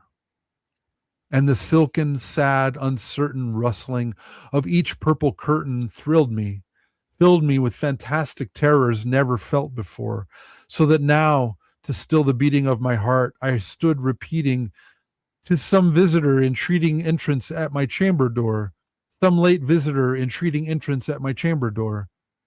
This is it, this it is, and nothing more." Presently my soul grew stronger, hesitating then no longer. "Sir," said I, or "Madam, truly your forgiveness I implore, but the fact is I was napping, and so gently you came rapping, and so faintly you came tapping, tapping at my chamber door, that I scarce was sure I heard you." Here I opened wide the door. Darkness there, and nothing more. Deep into that darkness peering, long I stood there wondering, fearing, doubting, dreaming dreams no mortal ever dared to dream before. But the silence was unbroken, and the stillness gave no token, and the only word there spoken was the whispered word, "Lenore." This I whispered, and an echo murmured back the word, "Lenore." Merely this and nothing more. Back into the chamber turning, all my soul within me burning, soon again I heard a tapping somewhat louder than before. "Surely," said I, "surely that is something at my window lattice. Let me see then what thereat is, and this mystery explore. Let my heart be still a moment, and this mystery explore. 'Tis the wind, and nothing more." Open here I flung the shutter, when, with many a flirt and flutter, in there stepped a stately raven of the saintly days of yore.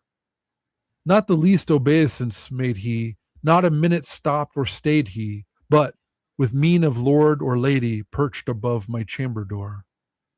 Perched upon a bust of Pallas, just above my chamber door, perched, and sat, and nothing more. Then this ebony bird, beguiling my sad fancy into smiling, by the grave and stern decorum of the countenance it wore, "Though thy crest be shorn and shaven, thou," I said, "art sure no craven, ghastly, grim, and ancient raven, wandering from the nightly shore. Tell me what thy lordly name is on the night's Plutonian shore." Quoth the raven, "Nevermore." Much I marveled, this ungainly fowl, to hear discourse so plainly, though its answer little meaning, little relevancy bore. For we cannot help agreeing that no living human being ever yet was blessed with seeing bird above his chamber door, bird or beast upon the sculptured bust above his chamber door, with such a name as Nevermore. But the raven, sitting lonely on the placid bust, spoke only that one word, as if his soul in that one word he did outpour. Nothing farther than he uttered, not a feather then he fluttered, till I scarcely more than muttered, "Other friends have flown before. On the morrow he will leave me, as my hopes have flown before." Then the bird said, "Nevermore." Startled at the stillness broken by reply so aptly spoken, "Doubtless," said I, "what it utters is its only stock and store, caught from some unhappy master, whom unmerciful disaster followed fast and followed faster, till his songs one burden bore, till the dirges of his hope that melancholy burden bore, of never, nevermore." But the raven, still beguiling all my fancy into smiling, straight I wheeled a cushioned seat in front of bird and bust and door. Then, Upon the velvet sinking, I betook myself to linking fancy unto fancy, thinking what this ominous bird of yore, what this grim, ungainly, ghastly, gaunt, and ominous bird of yore meant in croaking nevermore. This I sat, engaged in guessing, but monosyllable expressing to the fowl, whose fiery eyes now burned into my bosom's core. This and more I sat divining, with my head at ease reclining on the cushion's velvet lining that the lamplight gloated o'er. But whose velvet violet lining, with the lamplight gloating o'er, she shall press, ah, nevermore.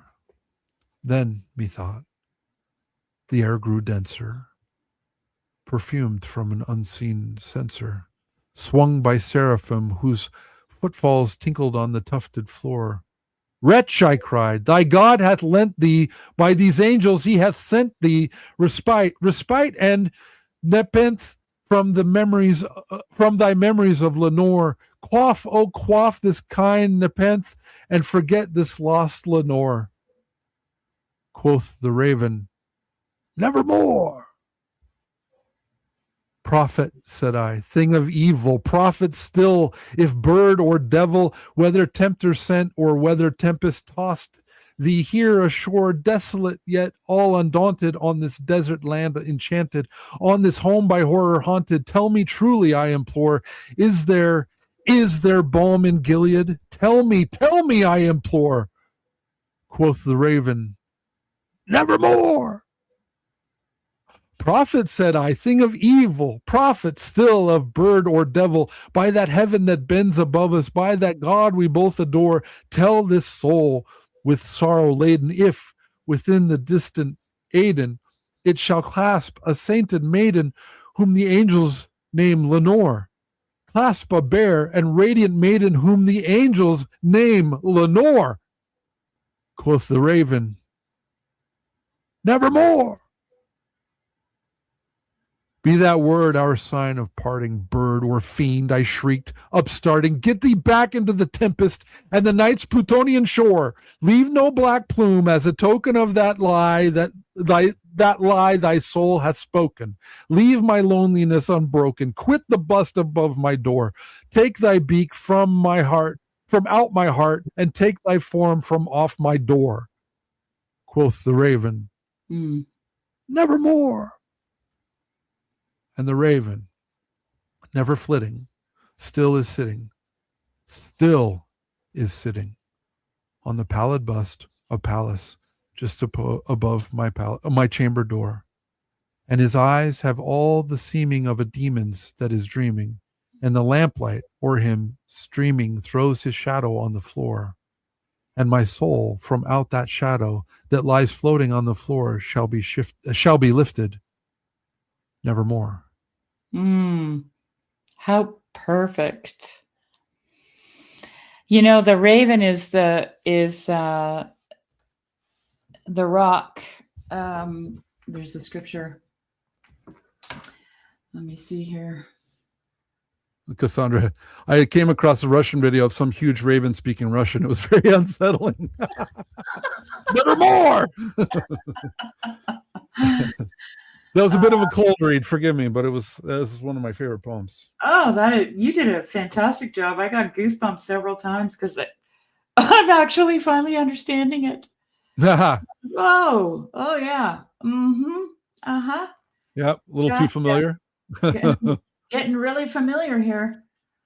So let me just see here. Here we go. This is what it reminded me of.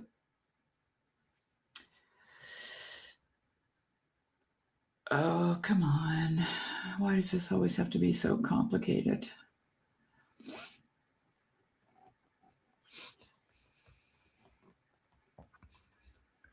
Yeah, and the version he reads on The Simpsons is a short version. It's not the whole poem. They condensed it. It's like half the poem. But there is a recording of him reading the whole poem as well. Yeah. And it's pretty great. Yeah. But I worry about sharing it because I think that one will definitely be watched. Yeah. I will share the link to the one though. And then I'll share the link of the one in the Simpsons as well. Somebody had posted it. I definitely can't share the one from the Simpsons, but I will share the links so you can go watch The Raven and you can hear somebody who actually knows how to read. Here it is. Jesus looked directly at them and said, "Nevermore." I couldn't resist. You left the perfect time. I couldn't resist. That was awesome. Then what is the meaning of that which is written? The stone the builders rejected has become the cornerstone. Everyone who falls on this stone will be broken to pieces, but he on whom it falls will be crushed. You know, I've been thinking about this for a long time because the easy way of reading that sometimes for people was for me, is that, you know, Jesus is the cornerstone. He was rejected by, you know, his own people, and now they've been crushed. Okay. Mm-hmm. But what it actually says is everyone who falls on it will be broken to pieces. Yeah. And he on whom it falls will be crushed. So in other words, nobody gets out of it alive. Right. Okay. And so, and I started thinking about that. What exactly is this cornerstone? And yes, it's Christ, but what is that? It's a paradox. Jeremy. Right? Yeah. So, you know, it's interesting because if you throw yourself on it, he who falls on this will be broken to pieces. That's a good thing. There's a voluntariness in a way to it. And the cornerstone as a paradox being rejected is because it can't be rationalized. Okay? That's why it gets rejected. You give somebody a paradox and they go, oh, come on. You know, let's talk about something I can handle, right? Right. The brain cannot handle. I need real demonstrable evidence. The brain can't sort. Right. A paradox. There's no hierarchy in a paradox. There's nothing is nothing. It's not rational. It's super rational, right? Right. And so it gets rejected. And I can say that is what it is because Christ is a paradox because he is fully God and fully man. That is the bush that burns but is not consumed. Right. That is a paradox. And so if you fall on it, you'll be broken to pieces. I'm showing a picture of a cornerstone here. There you go. If you fall on it, you'll be broken to pieces, which is what needs to happen. That's duality. That's the fall into multiplicity, right? Well, and it's like the pot, like the potter breaking the pot and then remaking it, right? It's like it's gone off, it's gotten wobbly, and he throws it down and starts again, right? It breaks it into pieces. If you think about it in terms of moving into the paradox, like Pavel Florensky, he was broken to pieces. Yeah. Right? Right. But that's what he wanted because that's the only way to actually fully live is to not be able to resolve the paradox, which breaks you into pieces. And, but he on whom it falls will be crushed. That's how you feel when the paradox hits you. Yeah. Yes. You feel crushed because you can't rationally explain it away. It's like St. George when he's carrying, or St. Christopher carrying infant Christ. Yeah. Right. And so I thought of that while you were reading The Raven. Not for any particular line in the poem, but just the way well, actually that second last stanza is where it really stood out to me, where I don't know if you can bring it up because I can. Yep. 1 second. And Cassandra had a good point as well. He's a stumbling block. Yes, I think that's also. Yes, a stumbling block, but I think that's an overused term that has lost its meaning. Yeah. That's why I'm trying to talk about it in different terms, because a paradox is a stumbling block for most people, right? Yeah. I liked Richard Rowland's analogy where he said the church fathers, when they talked about like these paradoxes that were in the scriptures or these things that seem like apparent contradictions, instead of like, so like modern scholars see it as like the sign that it's not, that is incorrect, or that the mistakes were made, or that these people were simple and couldn't even see the simple mistakes. And the church fathers, instead, he said it was much more like walking along the beach and you trip over something and you go back and you see it's the corner of something and you spend all afternoon digging. Yeah. And then you find this treasure chest that's hidden below the surface. Yeah. That just trips most people or makes them upset. But that's a choice that you need to make, right? Yeah. You can just keep going, or you can turn around and see what it is, which is about it. That's actually instruction to attend.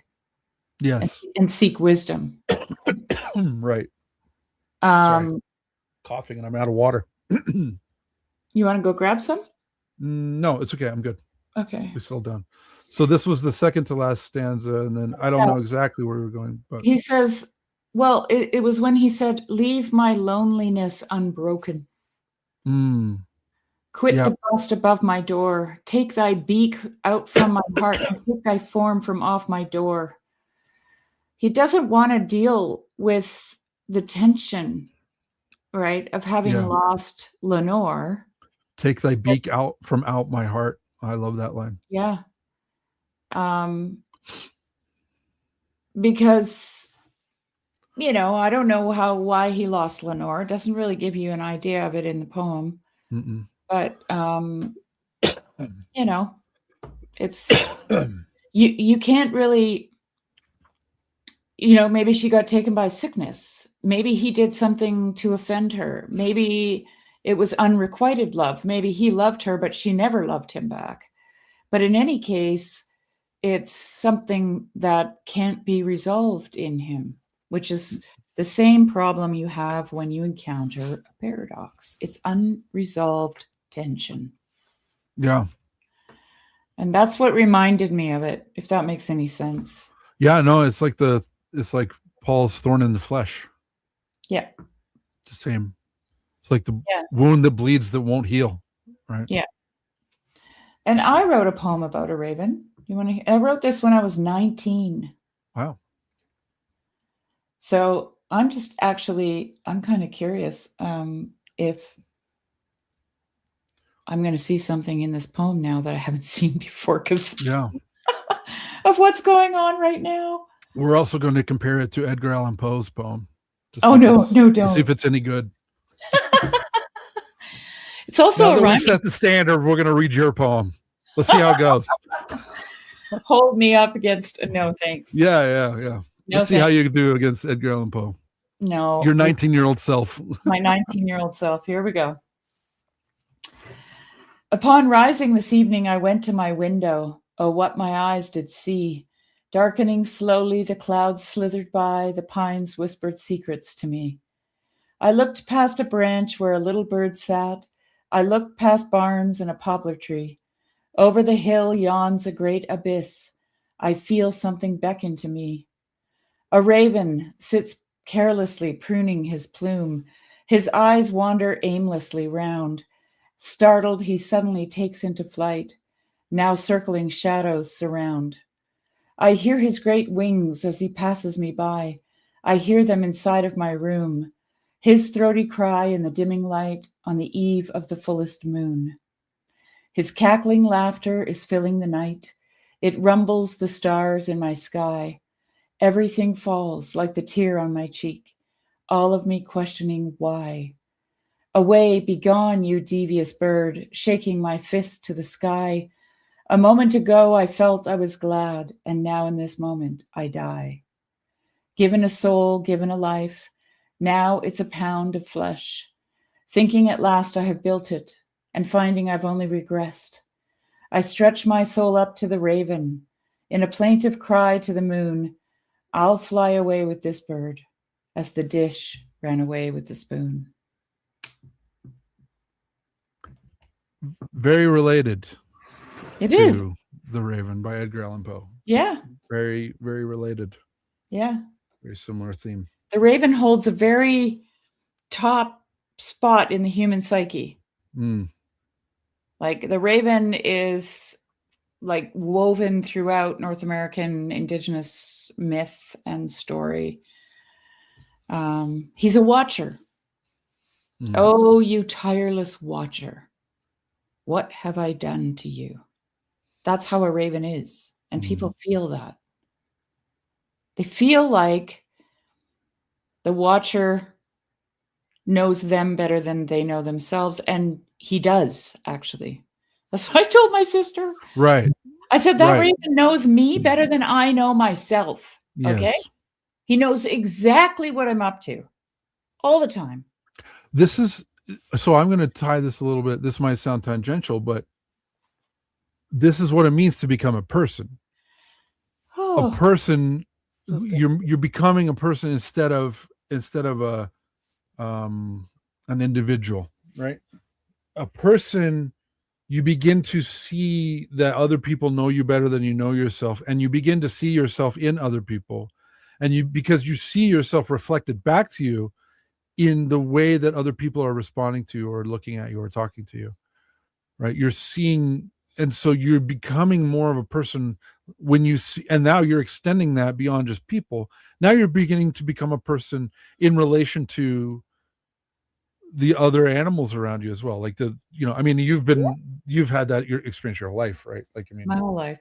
Yeah. Growing up They've been my farm, teachers. like, yes, exactly. So this is, like I said, this is more not just, this isn't really intended for you, but for the audience, pointing at this idea that this is what it means to become a person, is when you are, it is in relation to, that is what a person is. A person is in relation to, and in a relationship with. It's not your stupid ideas that you have floating around in your head and your preferences for green and not blue, and your preference for creamy chicken ramen and not the regular chicken ramen, right? Like that is not who you, that is not who you are. No. And it's for the same reasons that sorry, I'm forgetting his name. Saint Nikolai in here in this prayer. Yeah. He says, exceeding sad is the blindness of the sons of men who do not see the power and glory of the Lord. A bird lives in the forest and does not see the forest. A fish swims in the water and does not see the water. A mole lives in the earth and does not see the earth. In truth, the similarity of man to birds, fish, and moles is exceedingly sad. What he's saying there is that you think you like ramen, but it's because you swim in ramen that you like ramen.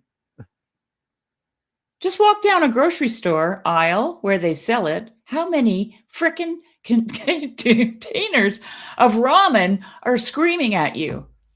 Right.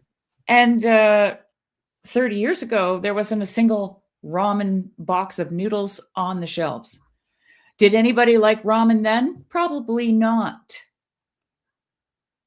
But now you're swimming in ramen and you think you're special because you like ramen. Right. Right? Right. Yeah, exactly. No. Yeah. You're swimming in it.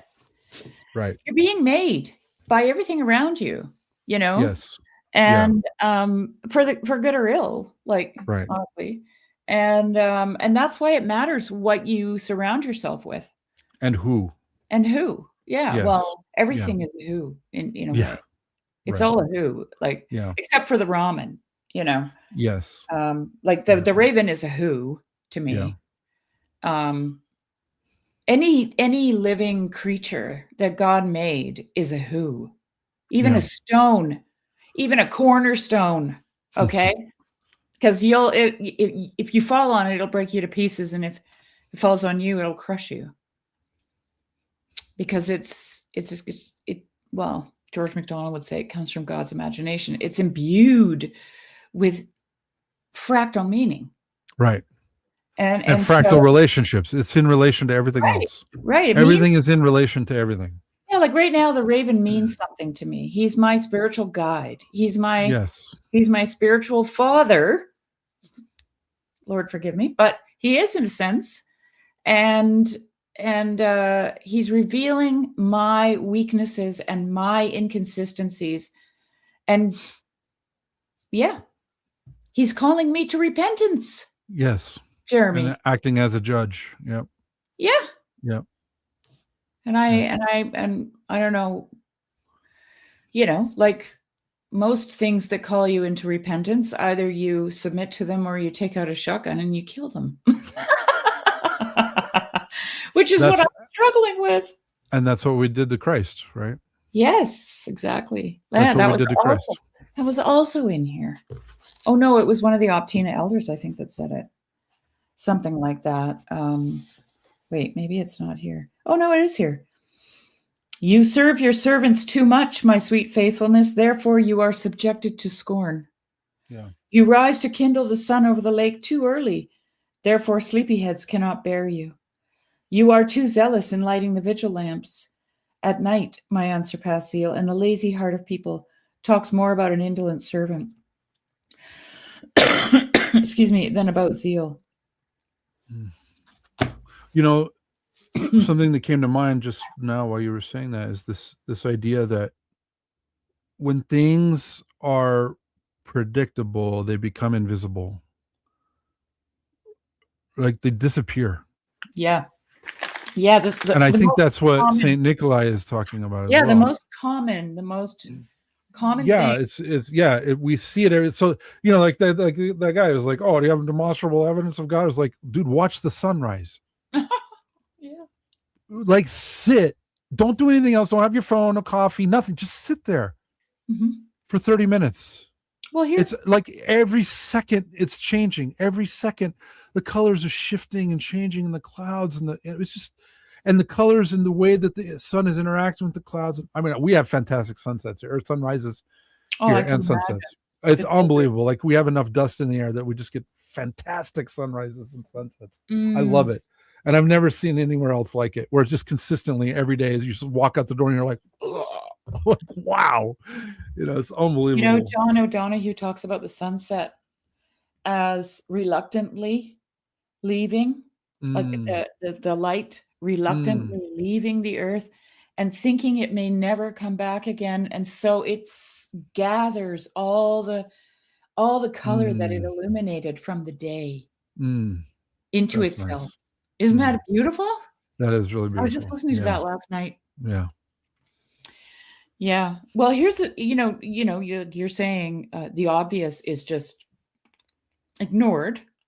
Well, yeah, and so I'm thinking of that in my relationships too, right? Like the ones that are closest to us are the easiest ones to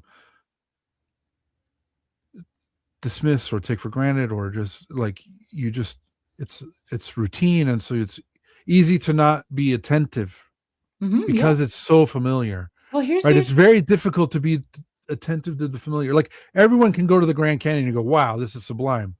But can you see the sublimity in the small and in the beautiful, like in the mundane, in the regular, in the commonplace, in the repetitive, right? Yes, this is the 5,000th cup of coffee you've had. Can you sit and enjoy each moment of it, right? Or whatever, right? Yeah. A conversation with your spouse. You've talked to them every day of your life for the last 25 years and you're kind of tired. Can you be there? Can you be present and carry their burden for a minute? Well, here's the irony of what you just said about the obvious being unattended, let's say. Out of curiosity, because the ravens vocalize like crazy. Okay. Yes. Yeah. And there's a language that they're speking too, but well, let me just finish what I was going to say. Yeah, sure.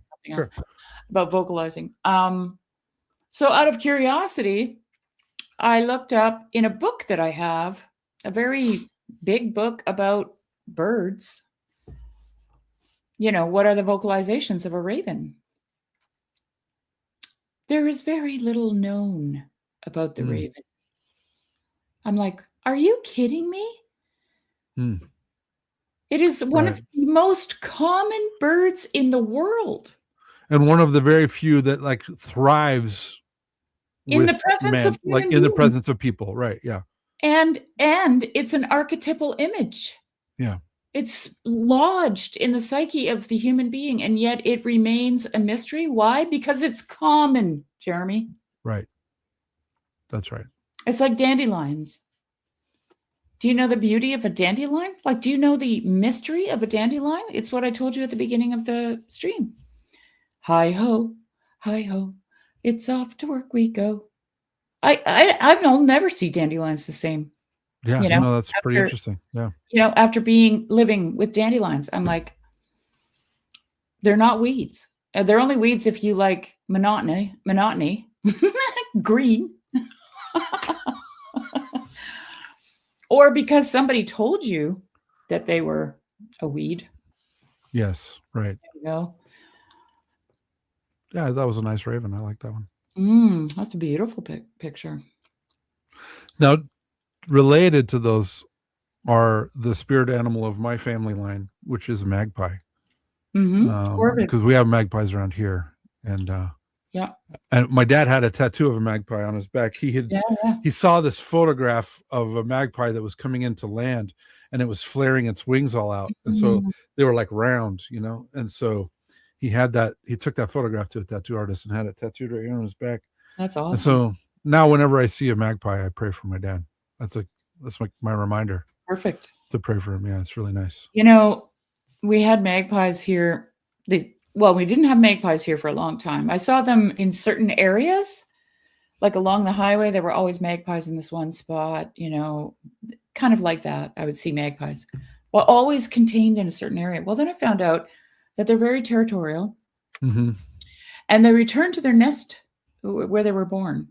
And so that's why you always see them in the same place, because they don't really spread out. Right. They don't. Yeah. There's homebodies. Yeah. Right. And so one year I could hear magpies in some trees at the edge of one of our fields, and they nested. And ever since then, we have magpies. That's only like about 6 or 7 years ago. And these magpies are stunning. Like they I'll be sitting in here knitting, and I can see out the windows, and my dog will be running around in circles really aggressively, and I look out and he's chasing a magpie around his dish.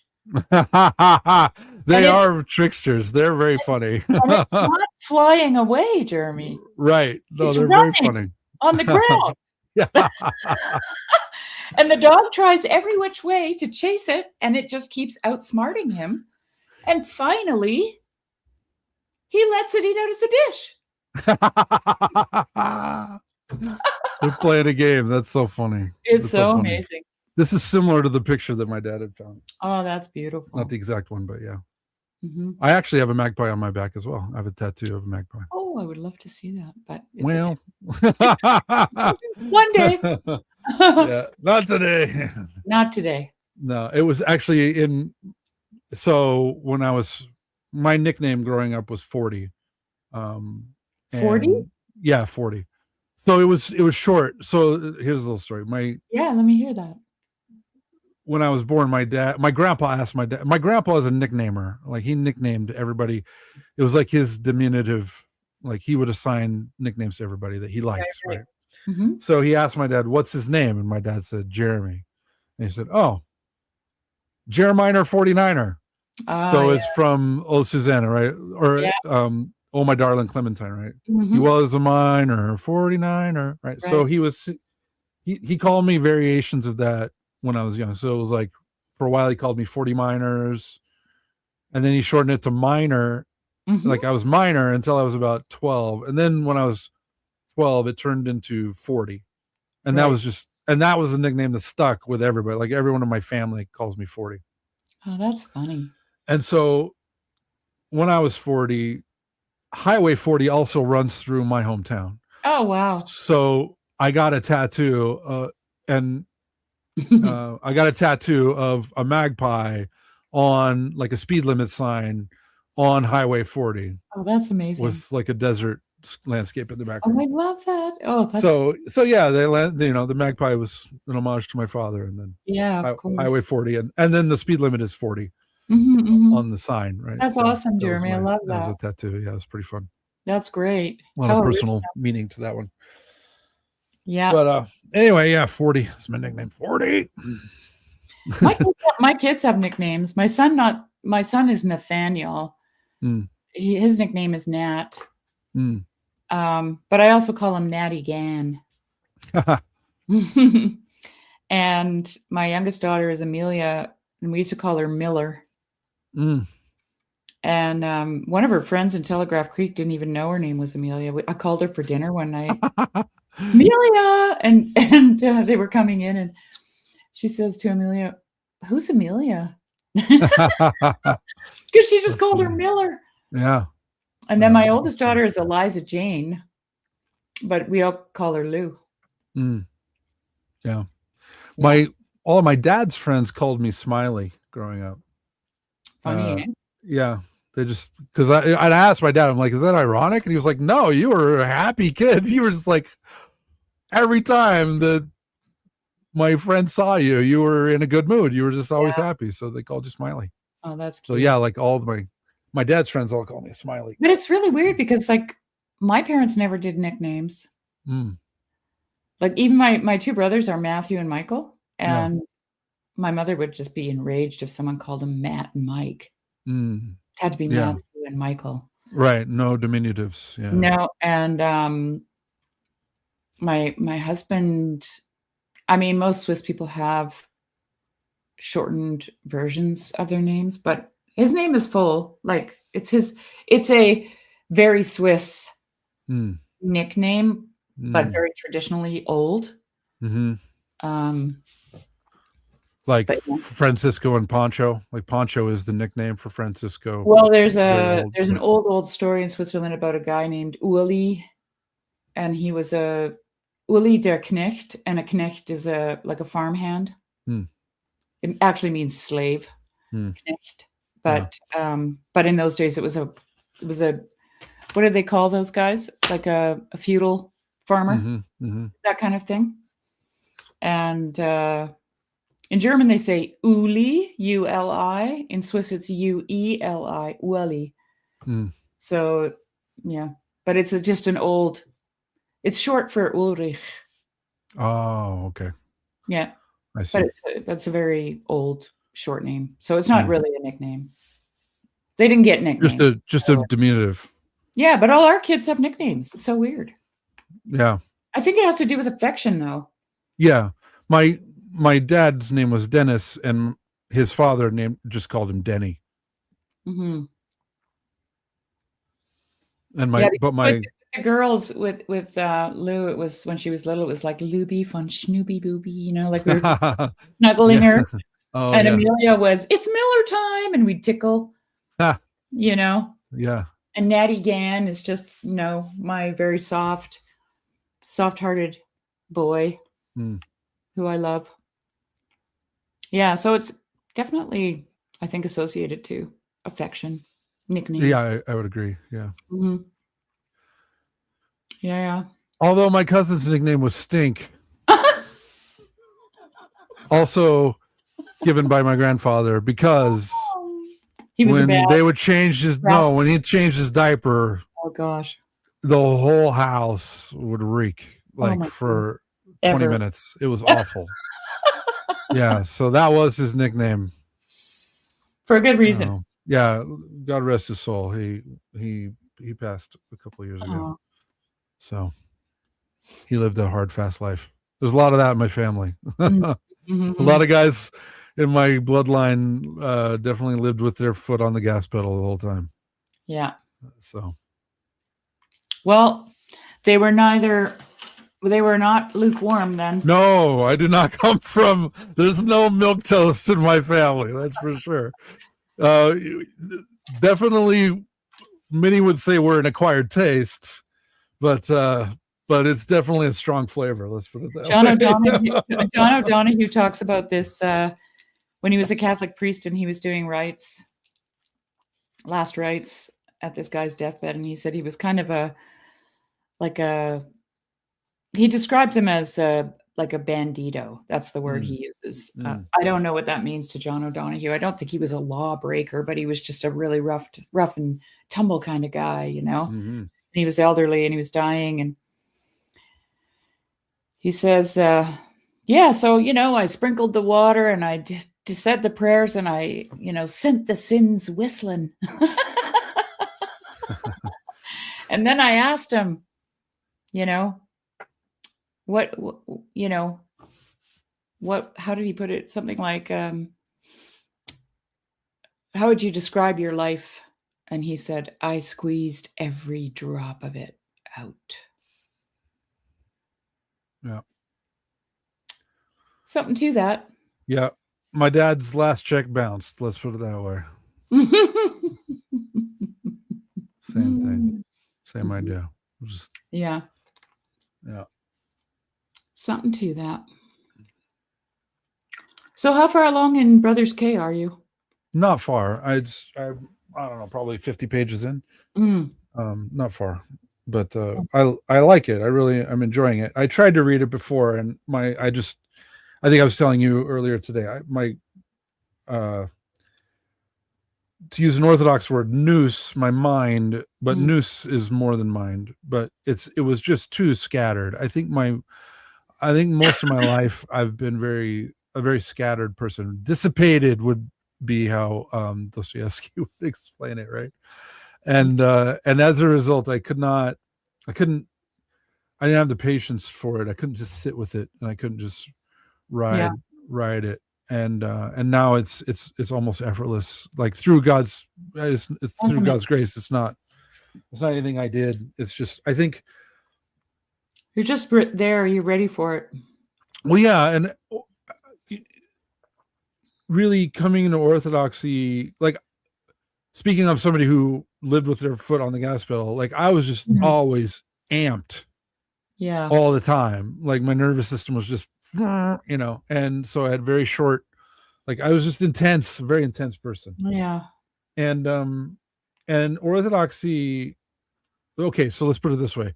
I went to 14 schools in 12 years growing up, and I've had over 30 job titles in my career, right? Very different jobs.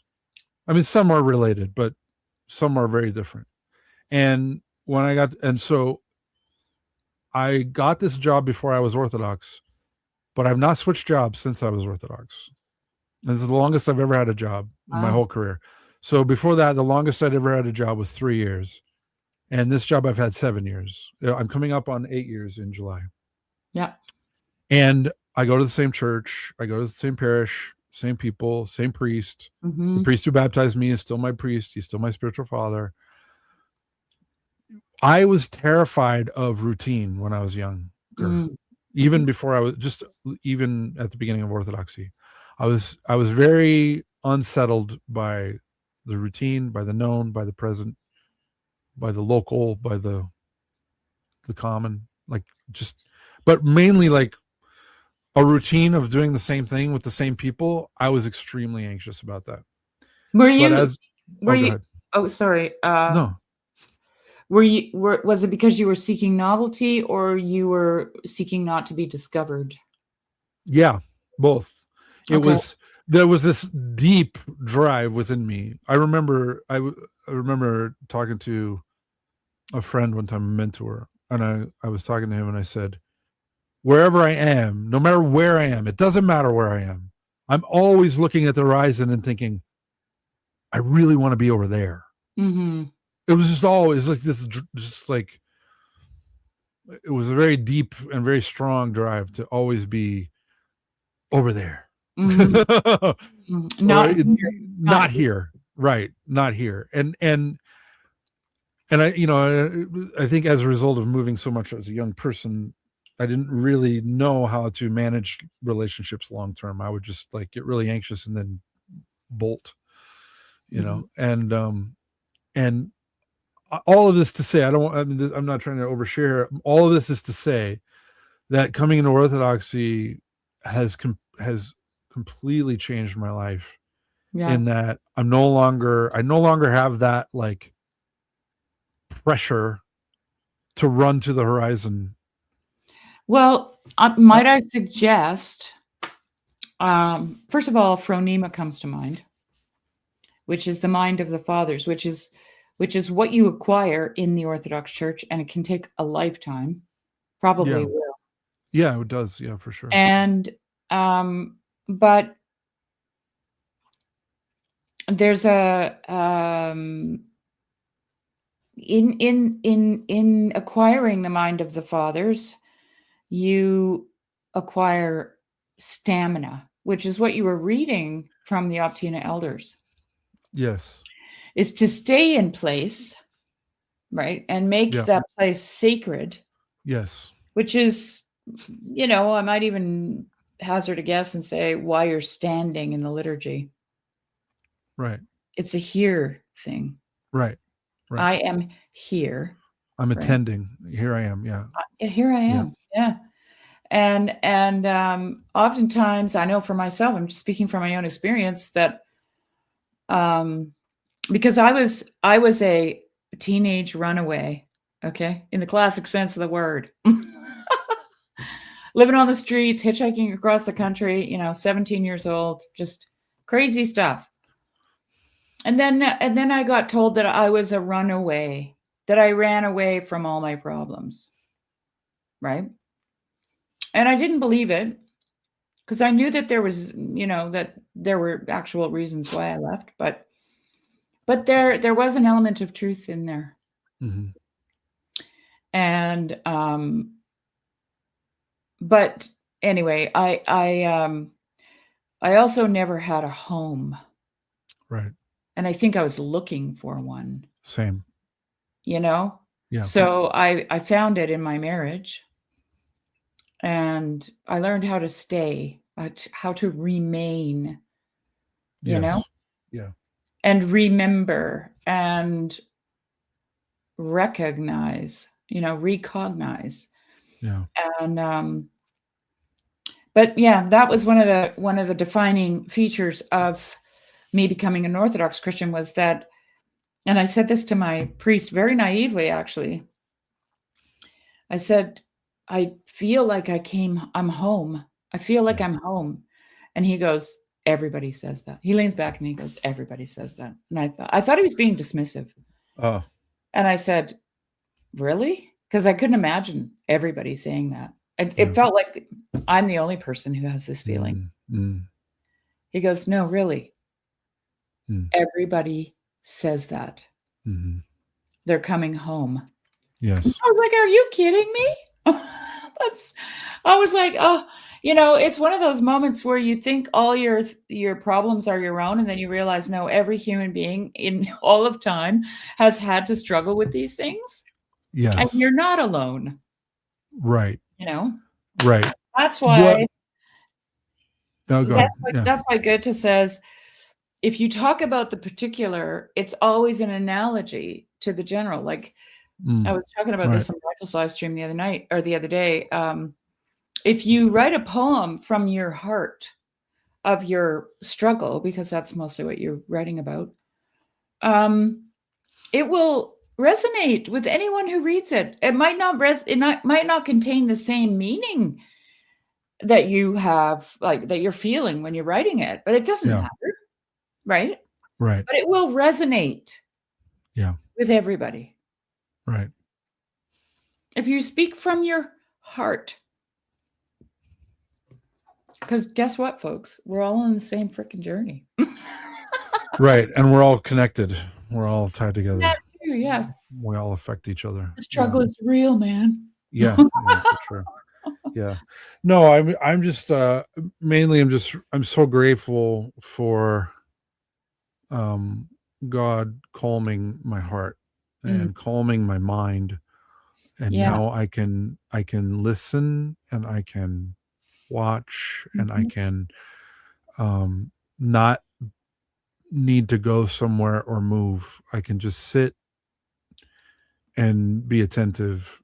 And I couldn't do that for most I of my told my life. I was sister, I said, yeah. the years that like we've been here 26 years, and I used to drive into town at about 120 kilometers an hour. That's probably the normal driving speed for you guys in America. Yeah, it's like 80. Yeah. 70, like 70, 75. Yeah. Yeah, here we're Canadians are slow. Okay. Like the speed limit's 100. And they drive slow. Sorry. Yeah, sometimes I remember Paul Vanderklay saying that these people drive so slow and they obey all the rules. I noticed that in Iceland, like everybody goes exactly the speed limit in Iceland. And there's 2 cops on the whole island. There's 2 cops on the whole island and everyone goes the speed limit. Wow. Well, that's a high trust society, actually. Yeah. So they're 75 miles an hour. Hey, not bad. Math in my head. Yeah, there you go. So I used to drive into town 20 kilometers an hour over the speed limit. Yes. And I used to drive home at 90 kilometers an hour, 10 below the speed limit. I didn't want to come home. I was running away from home all the time. My trip to town, to go get the groceries. Got to go to the town. Oh, yeah. Oh, I need this thing. I got to go to town. I remember, here we go, confessions. But I can remember times where I'd turn in on my driveway and I'd sit in the car for an hour at the top of my driveway, which was a mile long, so nobody could see me there. Yeah. And before I would go home, just to be right. prepared. Yep. And now I drive 90 into town and 120 home. I said to my sister, that's the biggest indicator that things have radically changed. Yeah. I'm just like, and I don't really want to go. Like I've had times, since I've been here for this couple months where I'm just like, I should go get some cream for my coffee. And, I don't want to leave. Right. Yeah. And you'd think I would be like, I got to get into town and see some other human beings. Yeah. Like a little cabin fever, a little stir crazy. Not at all. Yeah. It's weird, eh? Well, that's the thing. When I came to Orthodoxy, I had no idea. You don't know what's wrong with you. You just know everything's wrong. And you don't know what's going to be healed and what's not. And you don't know how long it's going to take. And it's just, it's a beautiful journey to start walking along and seeing little parts of yourself and big parts of yourself that have been broken for a very long time, or all of a sudden, really, it's not through like any kind of intentional effort on my part. No, it's not like it's just it's in spite of any kind of effort that I would make. Well, sometimes the efforts are towards the things that matter very little. Correct. Yes. Right. And because we have lack discernment in that too. We don't know. Yeah, exactly. Like we just don't know. Yeah. Right. And if we could have fixed ourselves, we would have already. Right. And that's what's been interesting, is to just see how God slowly reveals these things to you and slowly heals you. Right. It's like, it's, I can sit and read. Like I've always been a reader, but I've always been I've always been reading 6 books at the same time and jumping between them stuff. And now I don't do that. I just don't do that anymore. I don't. You get taken away.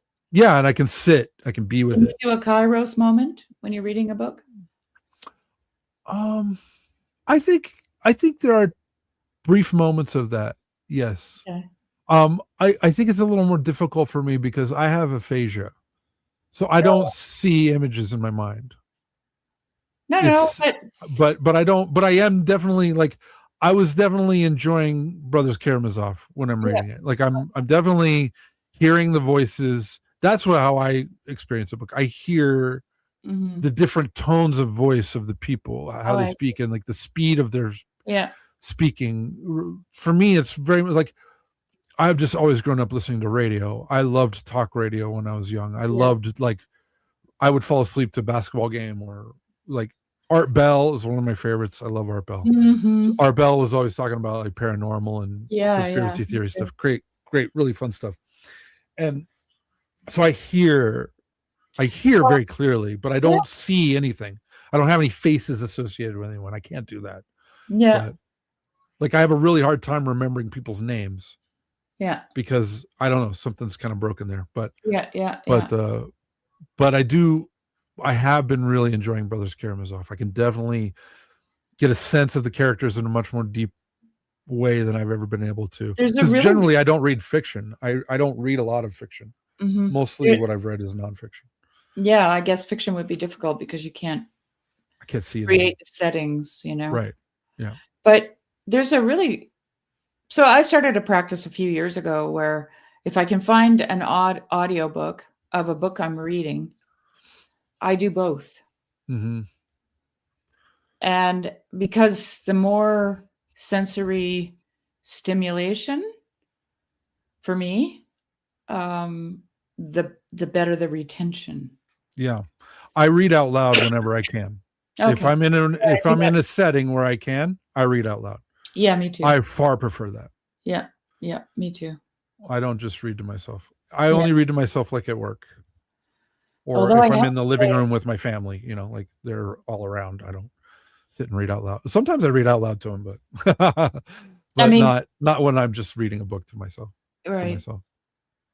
Yeah, when I would read novels, especially, I was totally like when I was reading Crime and Punishment, I could still see the scenes in my mind Mm-hmm. of the streets and the old lady downstairs and his shabby little apartment and you know his insanity as it grew and his unkemptness, you know, like I'm gone. Yeah.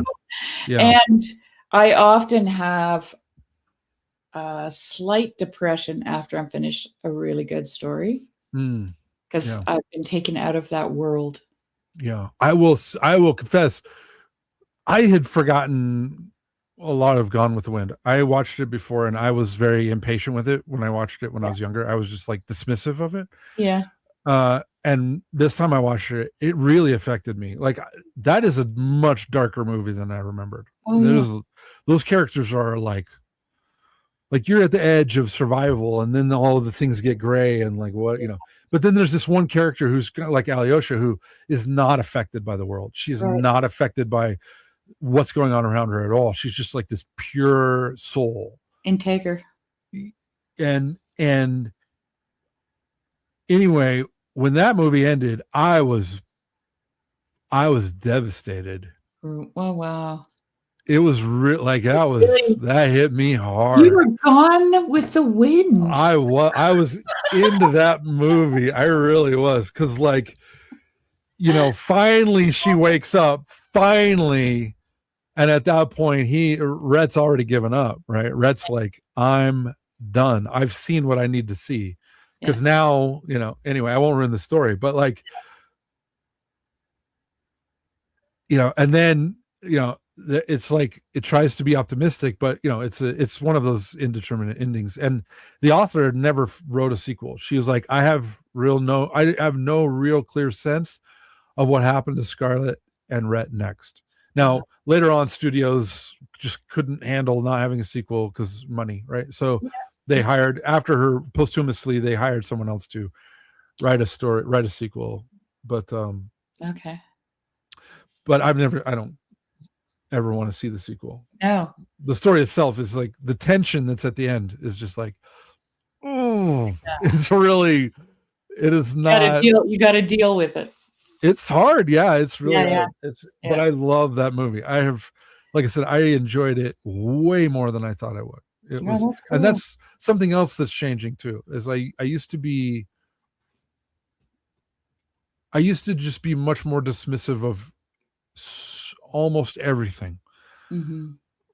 I was dismissive of it and sarcastic and Ivan. I was much like Ivan with this like educated, cutting, acerbic, just really cutting, very very crushing, very cruel person. I could be very cruel. I could be very very mean, very demeaning. And you know, it's interesting because that's just washing away. That's all just washing away. Well, the reason Ivan is like that is not because he's smarter than everyone. It's because he's more afraid than anyone. Well, and it was both for me, Right? I Yeah. think it was Like, both. like I felt when, like I'm not smarter than everyone. I'm not saying that, but I was like, I really was prideful. Like I was really like, yeah, but it's a way. I was very insecure about it. So I was like, and that's how I got attention when I was a kid, was like being smart. So I was like, oh, this is how you get attention. You Yeah. say all these annoying trivia facts. Oh, yeah. Well, I mean, I'm thinking specifically of Ivan's argument to Alyosha about, the cruelty of God, right? Like I haven't gotten that far in the book yet, but how innocents suffer. yes. And he doesn't say that he doesn't believe in God. He says he doesn't want to have anything to do with that God. Mm-hmm. And I remember, I was reading it. Ivan's heart is for the innocent. Yes. That's why he has that problem. He has a soft heart. He can't handle the evil. And but it's the tension that he's avoiding.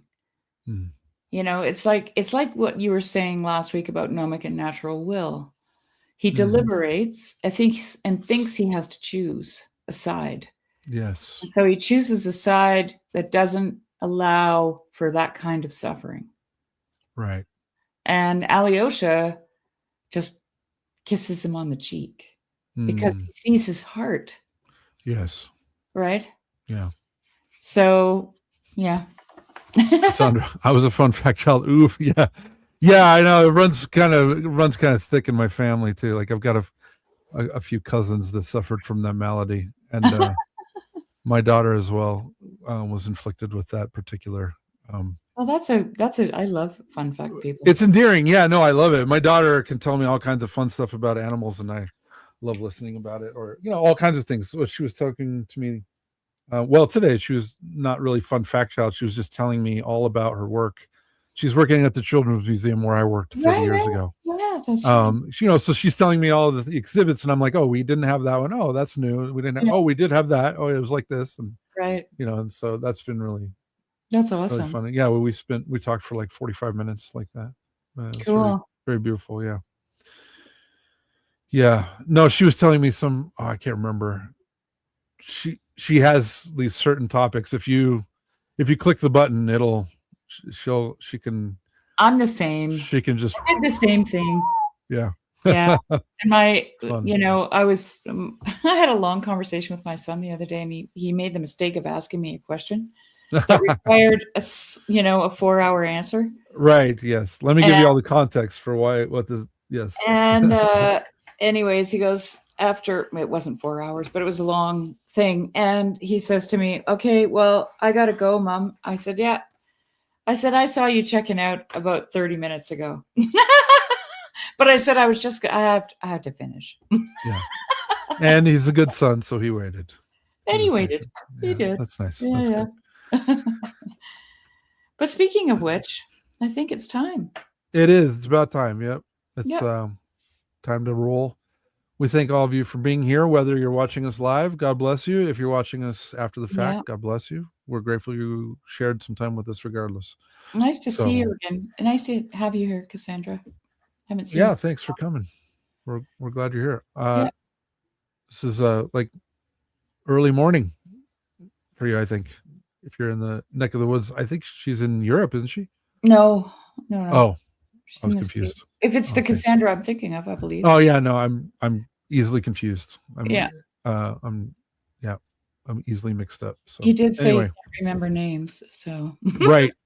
I think I know who I'm talking about, but yeah, I probably have her mixed up with someone else. Sorry, please forgive me. Oh, West Coast. Okay, well, so it's not so bad then. All right, good. Yeah, she's my time. Yeah, there you go. Yeah. Cool. Okay, well, thank all of you for coming and joining us and being here with us. And we pray for you, and we ask that you pray for us. And we're grateful that you join us. This is an honor and a pleasure. So thank you. Yeah, thank you very much. And we'll see you all next week, Lord willing. God willing, we'll see you. God bless. Have a good night. Good night, all.